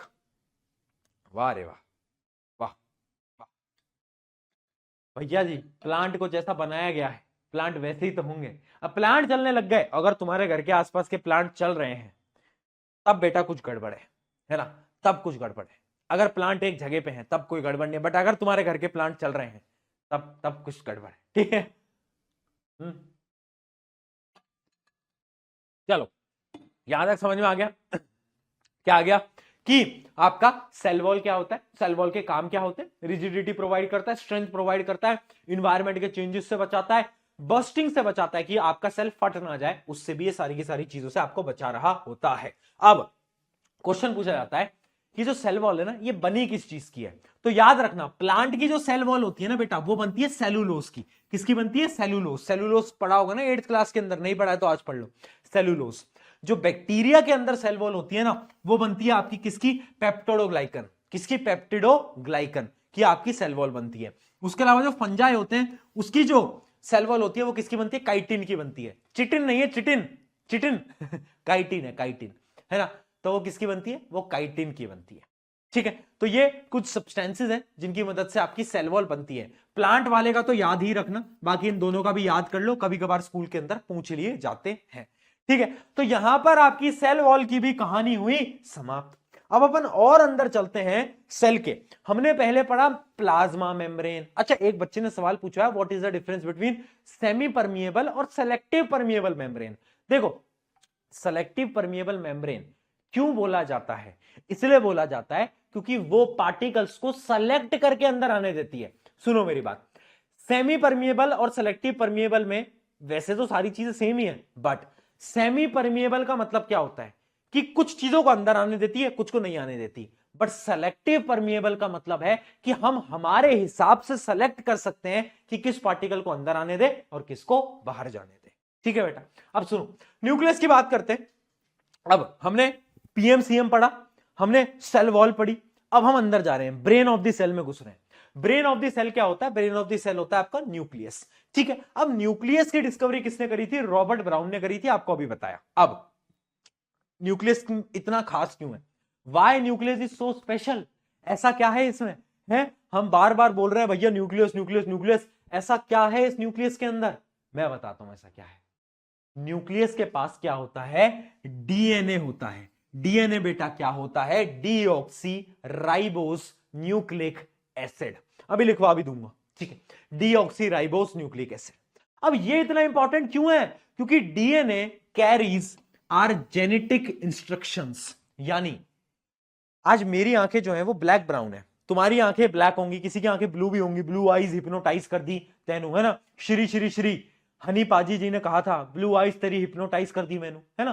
तो आंखें ब्लू भी होती हैं, हरी भी होती हैं, अलग अलग रंग की आंखें होती हैं। तो वो जो ये सारे कैरेक्टरिस्टिक्स होते हैं ना, ये कहां से आए? ये हमें हमारे पेरेंट्स से मिले, हमारे पेरेंट्स से आए हमारे अंदर। और वो आए कैसे? डीएनए की वजह से आए, क्योंकि हमारे पेरेंट्स का डीएनए हमारे अंदर आया और वही डीएनए कहां पर स्टोर्ड था? न्यूक्लियस के अंदर।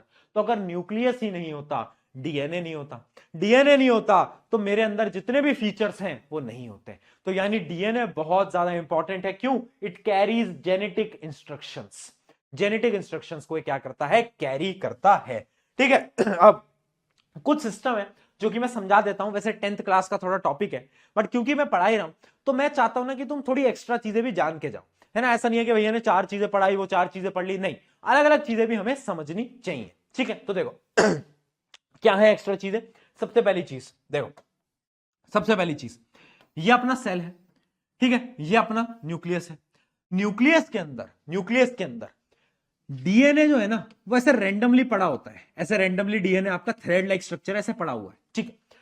तो जब डीएनए रैंडमली डिस्ट्रीब्यूटेड है न्यूक्लियस के अंदर रैंडमली डिस्ट्रीब्यूटेड है, ठीक है, और उसके साथ साथ प्रोटीन है। तो जब डीएनए और प्रोटीन यानी न्यूक्लियस का जो अंदर का सारा सब्सटेंस है ना, डीएनए प्लस प्रोटीन, उनको अपन क्या बोलते हैं? उनको अपन बोलते हैं क्रोमेटिन। क्या बोलते हैं बेटा? क्रोमेटिन। क्या बोलते हैं? क्रोमेटिन। ये कुछ एक्स्ट्रा नॉलेज है बट फिर भी मैं आपको बता रहा हूं। न्यूक्लियस है, उसके अंदर डीएनए पड़ा हुआ है, बहुत सारे प्रोटीन पड़े हुए हैं, उन सबको कलेक्टिवली अपन क्या बोलते हैं? कलेक्टिवली अपन बोलते हैं क्रोमेटिन। ठीक है, अब मैंने आपको शुरू में बताया था सेल थ्योरी। सेल थ्योरी का तीसरा पॉइंट याद करो कि सेल ना डिवाइड करते हैं। याद आ रहा है कि सेल डिवाइड्स? हाँ भैया, सेल जो है वो डिवाइड करते हैं, आपने बताया तो था, नहीं याद तो एक बार पन्ने पलट लो। हाँ भैया बताया था, सेल डिवाइड करते हैं।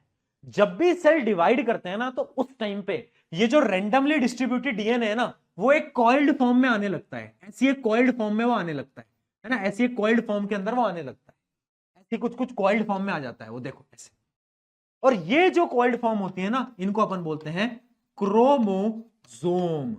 क्रोमोसोम। और यही क्रोमोसोम आगे जाएंगे और कैरेक्टरिस्टिक्स को ट्रांसफर करेंगे। मेरे पेरेंट्स से मेरे अंदर कैरेक्टरिस्टिक आए, किसकी वजह से? क्रोमोसोम की वजह से। यानी दो चीजें समझे कि जब डीएनए रैंडमली पड़ा हुआ है प्रोटीन के साथ तब मैं उसको क्रोमेटिन बोलता हूं, बट जैसे ही मेरा डीएनए जो है सेल डिवीजन के दौरान एक शेप ले लेता है, एक कॉइल्ड स्ट्रक्चर ले लेता है, तब मैं उसे बोलता हूं क्रोमोसोम। क्या बोलता हूं? क्रोमोसोम। क्या ये बात आपको समझ आई? बताओ जल्दी, जल्दी बताओ, हाँ कि ना? चैट के अंदर लिख के बता दो एक बार जोरदार तरीके से। बहुत बढ़िया बेटा, बहुत बढ़िया, आ गया है। भैया पानी पी लो, शुक्रिया।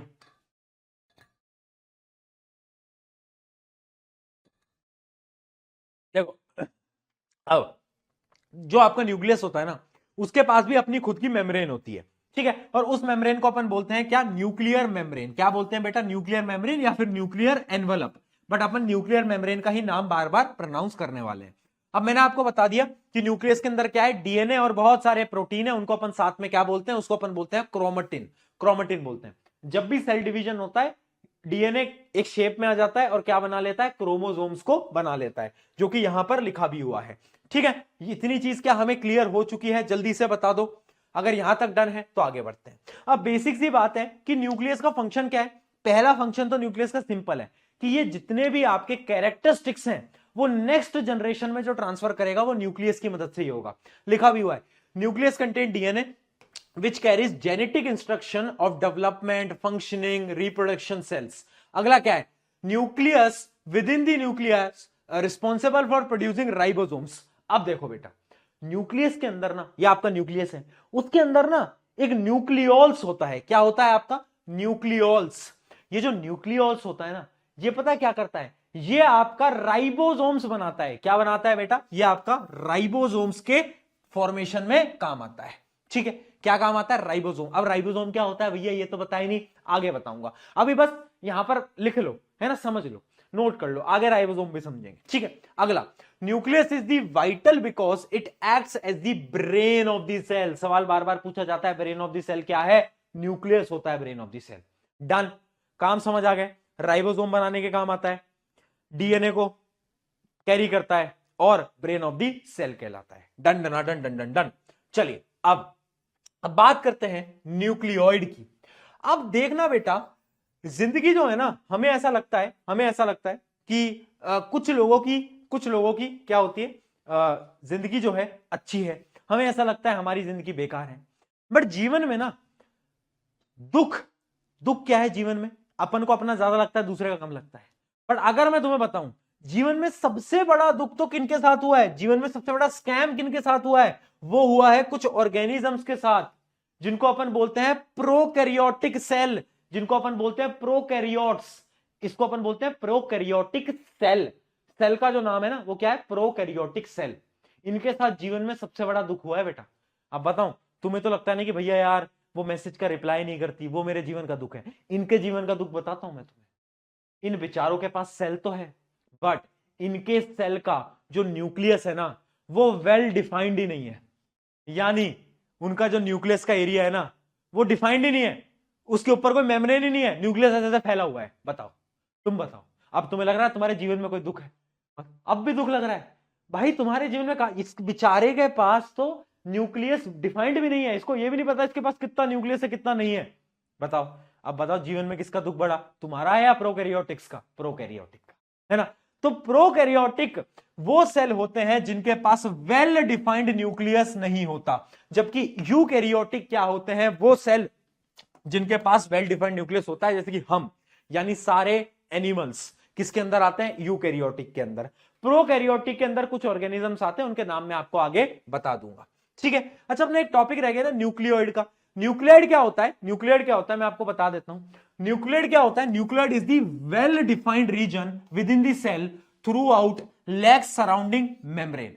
यानी जैसा मैंने आपको बताया कि एक न्यूक्लियस है, ठीक है। अब उसके अराउंड मेम्ब्रेन नहीं है ना, अगर उसके अराउंड मेम्ब्रेन नहीं है तो उसको अपन न्यूक्लियस नहीं बोलते, उसको अपन क्या बोलते हैं, उसको अपन बोलते हैं न्यूक्लियोइड्स।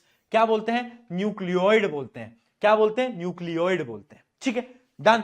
चलिए यहां तक बात समझ में आ गई, कोई डाउट बच रहा है तो प्रोकैरियोटिक यूकैरियोटिक का डिफरेंस समझते हैं। अब आ रही है इंपॉर्टेंट कहानी, इस पे से सवाल आता ही आता है, यहां पर स्टार मार्क कर लेना। State the difference between eukaryotic and prokaryotic. देखो वो प्रोकैरियोटिक सेल कौन से होते हैं, अभी बताया, जिनके साथ जिंदगी ने मोए मोए कर दिया है और उनको बोला है कि तुम्हारे पास तो वेल डिफाइंड न्यूक्लियस ही नहीं है। हाथ जोड़ लिए कि भैया हम पे वेल डिफाइंड न्यूक्लियस ही नहीं है। तो यानी प्रोकैरियोटिक वो हैं जिनके पास वेल डिफाइंड न्यूक्लियस नहीं है, और इनके न्यूक्लियस रीजन को क्या बोला जाता है, न्यूक्लियोइड बोला जाता है। अभी बताया मैंने, न्यूक्लियोइड। ठीक है, न्यूक्लियोइड क्या होता है, जब आपके न्यूक्लियस के अराउंड मेम्ब्रेन नहीं है तो क्या होगा, न्यूक्लियस हर जगह फैल जाएगा, तब हम उसे बोलते हैं न्यूक्लियोइड। Done done. अब प्रोकैरियोटिक सेल का जो साइज होता है ना बेटा बहुत ज्यादा छोटा होता है, एकदम स्मॉल, जबकि यूकैरियोटिक का साइज बड़ा होता है। ठीक है, इनके पास वेल डिफाइंड न्यूक्लियस होता है, इनके पास नहीं होता। अगला, इनके पास सिंगल क्रोमोसोम होता है, जबकि इनके पास मल्टी क्रोमोसोम होते हैं, ज्यादा क्रोमोसोम होते हैं। और लास्ट और important point, lakhs membrane bounded organelle. यानी मैंने आपको बताया सेल है, सेल के अंदर न्यूक्लियस है, न्यूक्लियस के अंदर और भी बहुत सारी ऑर्गेनेलीज हैं। तो ये जो यूकैरियोटिक सेल है ना, इनकी जो ऑर्गेनेलीज है ना, उनके अराउंड भी बाउंड्री नहीं है, बाउंड्री किसी को नहीं मिली। बट प्रो यूकैरियोटिक के अंदर उल्टा बोल दिया क्या, प्रोकैरियोटिक के अंदर क्या है, प्रोकैरियोटिक के अंदर समझना बेटा, मानो ये आपका सेल है, ठीक है, ये आपका न्यूक्लियस है, ठीक है, और बहुत सारी ऑर्गेनेलीज होती हैं। अब किसी भी ऑर्गेनेली को अपनी बाउंड्री नहीं मिली, किसके अंदर, प्रोकैरियोटिक के अंदर। ठीक है, लिखा भी हुआ है लैक मेम्ब्रेन बाउंडेड ऑर्गेनेलीज, जबकि यहां पर होती है, यहां पर बहुत सारे ऑर्गेनेलीज के पास अपनी अपनी एक बाउंड्री होती है, अपनी अपनी एक रक्षा कवच होता है।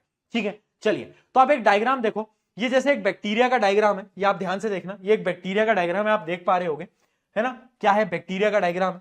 तो ये क्या है, ये एक टाइप का, बताओ ये क्या है, ये आपका एक टाइप का प्रोकैरियोटिक सेल है। ये क्या है, आपका प्रोकैरियोटिक सेल है।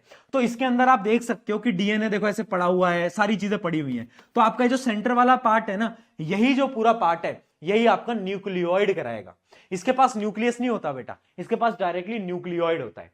जबकि आपको वेल डिफाइंड दिखाऊं सेल तो ऐसा होता है, ये आपका न्यूक्लियस रहा, ये सारी सेल ऑर्गेनेली सब कुछ। ठीक है क्या डिफरेंस समझ में आया, जल्दी बताओ फटाफट।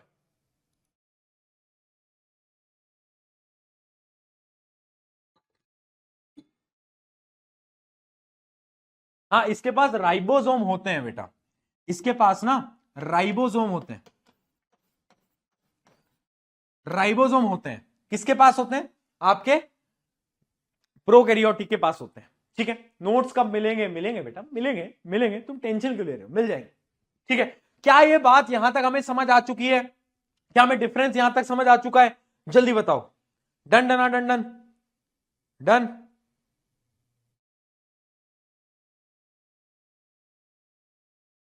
चलिए, बहुत बढ़िया बहुत बढ़िया बहुत बढ़िया। अब यहां पर आज का कार्यक्रम समाप्त होता है, बट अभी अपन को प्रीमियर लीग खेलनी है, तो 10 मिनट रुक जाओ। अभी हम रिवाइज कर लेते हैं, अपन ने अभी तक क्या क्या पढ़ा। अपन ने आज की कहानी शुरुआत करी थी, कहां से आज अपन ने कहानी शुरुआत करी, सेल क्या होता है, सेल की थ्योरी क्या होती है, साइंटिस्ट के नाम हमने जाने, हमने जाना कि रॉबर्ट जी जो थे उन्होंने सेल के बारे में बताया, डेड सेल, एंटोनी जी ने लिविंग सेल, उसके बाद हमने पढ़ा न्यूक्लियस की खोज करी थी, उसके बाद हमने पढ़ा कि प्रोटोप्लाज्म की खोज करी थी, उसके बाद अपन ने क्या पढ़ा, उसके बाद अपन ने पढ़ा कि तीन भाई तीनों था भाई, उन्होंने दी सेल थ्योरी। सेल थ्योरी में क्या बोला कि प्लांट्स, एनिमल्स सब कुछ सेल से बने।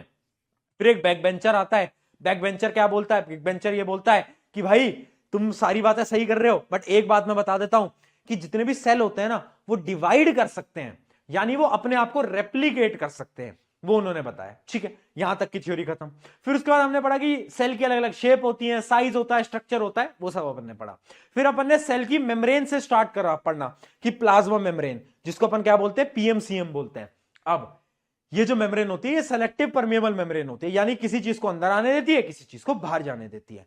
फिर हमने पढ़ा कि भाई एक प्रोसेस होता है डिफ्यूजन, एक प्रोसेस होता है ओस्मोसिस। ओस्मोसिस के अंदर अपन ने क्या पढ़ा, ओस्मोसिस के अंदर अपन ने सारे के सारे फीचर्स अपन ने पढ़ लिए कि ओस्मोसिस के अंदर हाइपरटोनिक, हाइपोटोनिक और आइसोटोनिक। बहुत बढ़िया। उसके बाद अपन सेल वॉल पे आए। सेल वॉल के अंदर अपन ने पढ़ा कि भाई प्लांट के पास सेल वॉल होती है, सेल वॉल बड़ी इंपॉर्टेंट होती है क्योंकि वो रिजिड टफनेस देती है। मैंने कहा बहुत बढ़िया, यहां भी क्लियर हो गया। फिर अपन और आ गया न्यूक्लियस की तरफ। न्यूक्लियस के अंदर अपन ने पढ़ा कि उसके अंदर डीएनए होता है। फिर जब सेल डिवीजन के दौरान डीएनए किस में कन्वर्ट हो जाता है, क्रोमोसोम के अंदर कन्वर्ट हो जाता है। ठीक है, फिर अपन ने पढ़ा कि जिंदगी ने किसी किसी लोगों के साथ धोखा दिया, वो किसके साथ करा, प्रोकैरियोटिक के साथ। प्रोकैरियोटिक के पास वेल डिफाइंड न्यूक्लियस नहीं होता, जबकि यूकैरियोटिक के पास वेल डिफाइंड न्यूक्लियस होता है। और यहां पर आपका आज तक का यहां तक का चैप्टर समाप्त। कल इससे आगे पढ़ने वाले हैं। चलो कुछ क्वेश्चन करते हैं, आज पोल नहीं दूंगा, आज पोल नहीं दूंगा बेटा, बस क्वेश्चन सॉल्व करते हैं। 5 ही सवाल है, सॉल्व करते हैं। आ जाओ आ जाओ आ जाओ आ जाओ। ये देख, अर्पित कुमार लिख रहे हैं पनीर टिक्का, पनीर मसाला, पनीर सब्जी, पनीर कढ़ाई। बेटा तुम होटल में काम करते थे क्या? हैं? अर्पित भाई तुम होटल मारूंगा तेरे को मैं आगे भाई, ठीक है ना? पढ़ ले चुपचाप, आजा। पहला सवाल, what happens to the plant when placed in hypertonic solution? क्या होता है प्लांट को जब वो हाइपरटोनिक सॉल्यूशन के अंदर होता है? बताओ भाई जल्दी बताओ, क्या होता है हाइपरटोनिक के अंदर? क्या होता है बेटा, जल्दी बता दो।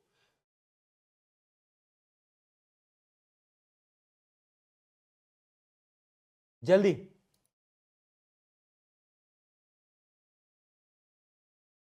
देखना एक पोल आया क्या बेटा, एक पोल आया क्या, देखना एक पोल आया क्या बेटा, चेक करो जरा, पोल आ रहा है क्या तुम्हारे पास?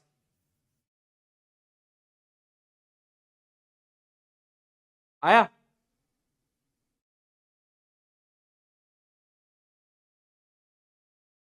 बताओ। बहुत बढ़िया। अभी ए कौन दे रहा है ये बच्चा, ये ए कौन दे रहा है? ओए ओए ओए, क्या मार खाएगा? मार खाएगा, ठीक है। ए, बहुत बढ़िया बहुत बढ़िया, ये हुई कुछ बात, good going good going. B है, सबने बी दिया है। पोल जिन पे आ रहा है बी पे क्लिक कर देना।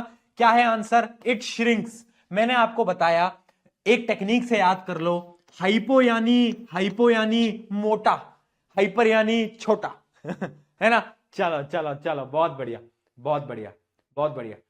नहीं आ रहा पोल, कहां से देख रहे हो बेटा तुम? अच्छा, जिन जिन के पोल आया एक बार यस लिखो, जिनके नहीं आया उनके एक बार नो लिखो फटाफट से, मुझे अभी पता भी चल जाएगा किन किन के पोल आया, है ना? अभी एक बार बता दो, अभी अभी देख लेते हैं, चैट में भी पता चल जाएगा। Yes yes yes yes yes yes, हाँ हाँ हाँ हाँ हाँ हाँ, आ गया आ गया आ गया आ गया आ गया आ गया। अभी तो यस ही आ रहा है, नो एक दो नो भी आए हैं, आ गया आ गया आ गया आ गया। कुछ बच्चे हैं जिनके नो आ रहा है। सर गलती से, अबे गलती से कौन क्लिक करता है ना? चलो डन डन, बहुत सारे बच्चों ने बी दिया है, जिन जिन ने बी दिया है एकदम करेक्ट आंसर है आपका, ठीक। चलिए आगे बढ़ा जाए, आगे बढ़ा जाए। अगला सवाल, रुको रुको इस पोल को हटाने दो, दूसरा पोल देता हूं।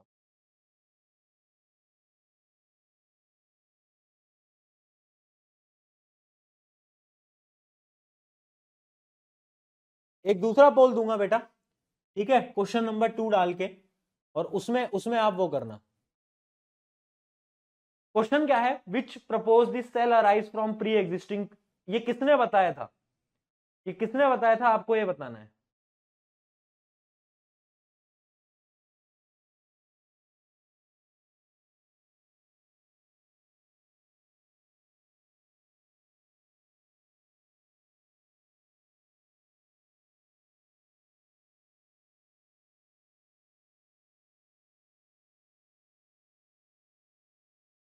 देख रहे हो बेटा, सेकंड पोल आया क्या?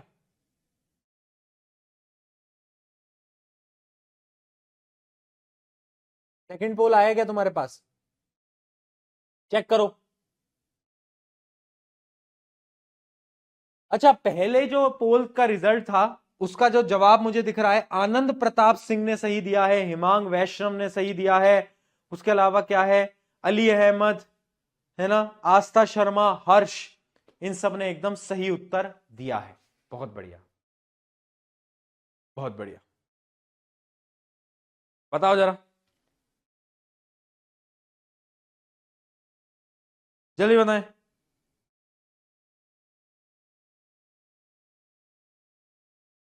जल्दी,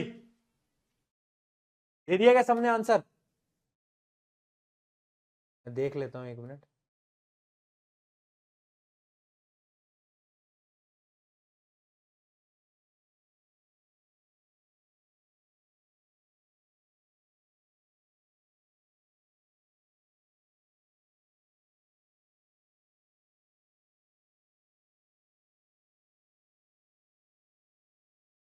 चलिए चलिए चलिए, तो इसका आंसर सबने सही दिया है। आंसर क्या है? सी। जिसने सी उत्तर दिया है एकदम सही दे रहे हो, एकदम सही दे रहे हो, सी।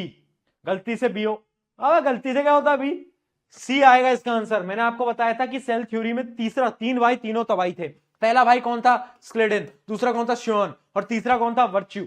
इन तीनों ने, तीन भाई तीनों तबाही ने क्या दिया था।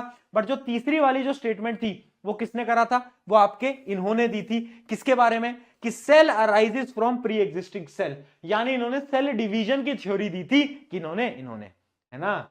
चलो डन डन डन डन, चलिए है ना। सी आ जाओ, इस सवाल का उत्तर दो फटाफट।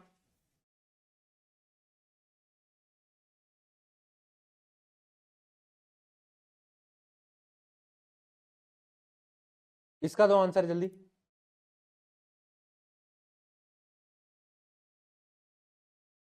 इसमें तुम्हें पोल नहीं दे रहा हूं मैं, ऐसे ही दे दो। ये तो बड़ा सिंपल है। What is the plasma membrane made up of? ओहो भैया, इसमें क्या पोल दे रहे हो यार, ये तो लिपिड और प्रोटीन, इसके बारे में तो हम बात कर ही चुके हैं बार बार। तो क्वेश्चन नंबर 4 पे बढ़ा जाए। अब है प्रीमियर लीग का question number 4। Which of the following is the characteristic feature of prokaryotic cell? Prokaryotic cell का कौन सा फीचर है इनमें से? प्रोकैरियोटिक कौन से होते हैं? सिंगल सेल बिचारे, है ना, जिसके अंदर क्या है, प्रोकैरियोटिक मतलब जिनके पास न्यूक्लियस भी नहीं है, बेचारे अकेले हैं जीवन में, ना उनके पास न्यूक्लियस, वेल डिफाइंड न्यूक्लियस नहीं है। तो क्या है फीचर, कौन सा है, कौन सा फीचर है? Lack of membrane bound organelles. अभी बताया, अभी बताया, अभी बताया बेटा, अभी बताया था, जस्ट अभी। हाँ कि ना बोल,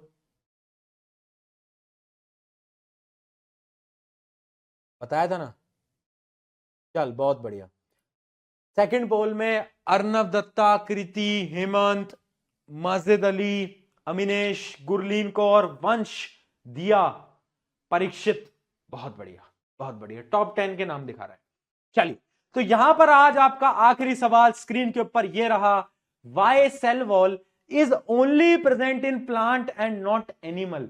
आपकी जो सेल वॉल होती है बेटा, वो केवल और केवल प्लांट में क्यों होती है, ये मैंने आपको बताया भी। Because plant can not move, plant बेचारे चल नहीं सकते, उनको नेचुरल कंडीशन में सरवाइव करना है। अब क्योंकि उन्हें सरवाइव करना है, तो ऑब्वियस सी बात है उनके पास कोई ऐसी चीज तो होनी चाहिए जिसकी मदद से वो सरवाइव करेंगे। तो चीज क्या है, वो उनकी सेल वॉल है। तो एनिमल्स तो मूव कर सकते हैं, इसलिए उनको सेल वॉल की जरूरत नहीं है।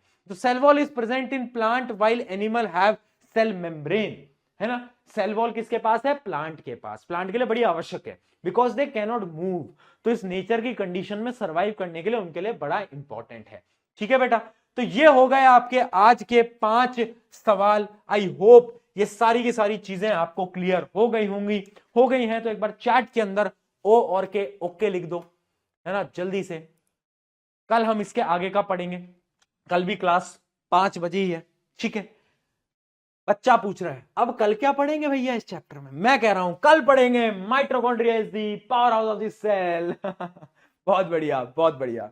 हाँ जी, है ना, क्या बात है। पारस जी लिख रहे हैं ए एलविश भाई, एलविश भाई क्या लिख रहे हो यार तुम? ठीक है, तो इसके आगे अपन कल की कहानी आगे बढ़ाएंगे, है ना। जो भी तुम्हारे सवाल है, क्लोरोप्लास्ट, क्लोरो, ये सारी चीजें बाद में आएंगी, कल की कहानी में आएंगी। अभी आज हमने जहां तक पढ़ा उसमें नहीं थी, कल आएंगी वो क्रोलो, क्रोमोप्लास्ट, वो सब कल आएगा। ठीक है, चलिए, तो कल मिलते हैं। और ये रिवाइज कर लेना कल तक, ऐसा ना हो कल क्लास में आ रहे हो तो भूल गए भैया कल क्या पढ़ा था, भैया कल कुछ तो पढ़ा था आपने, क्या पढ़ा था हमको भैया, याद क्यों नहीं आ रहा भैया हमको। ऐसी ऐसी हालत में मत आना तुम। ठीक है, पढ़ लिख के आना। और आज का आपका एक होमवर्क क्वेश्चन मैं आपको देके जा रहा हूं, है ना। होमवर्क क्वेश्चन ये है, इसके आंसर ना दिख जाए तुम्हें। होमवर्क को, अरे यार इसके तो आंसर भी लिखे हुए हैं। होमवर्क अब देखो, खुद से कर लेना, आंसर मत देखो यार, यार तुम आंसर मत देखो, खुद से कर लेना। इसका फोटो वोटो ले लो, इसकी इसकी फोटो ले लो। ये आपका होमवर्क क्वेश्चन था, है ना, बट इसका तुम वो मत कर लेना। चलो, ये होमवर्क क्वेश्चन देना था मुझे तुम्हें। ठीक है बेटा, नोट्स में वैसे मिल जाएगा ये होमवर्क क्वेश्चन, तो कोई दिक्कत नहीं है।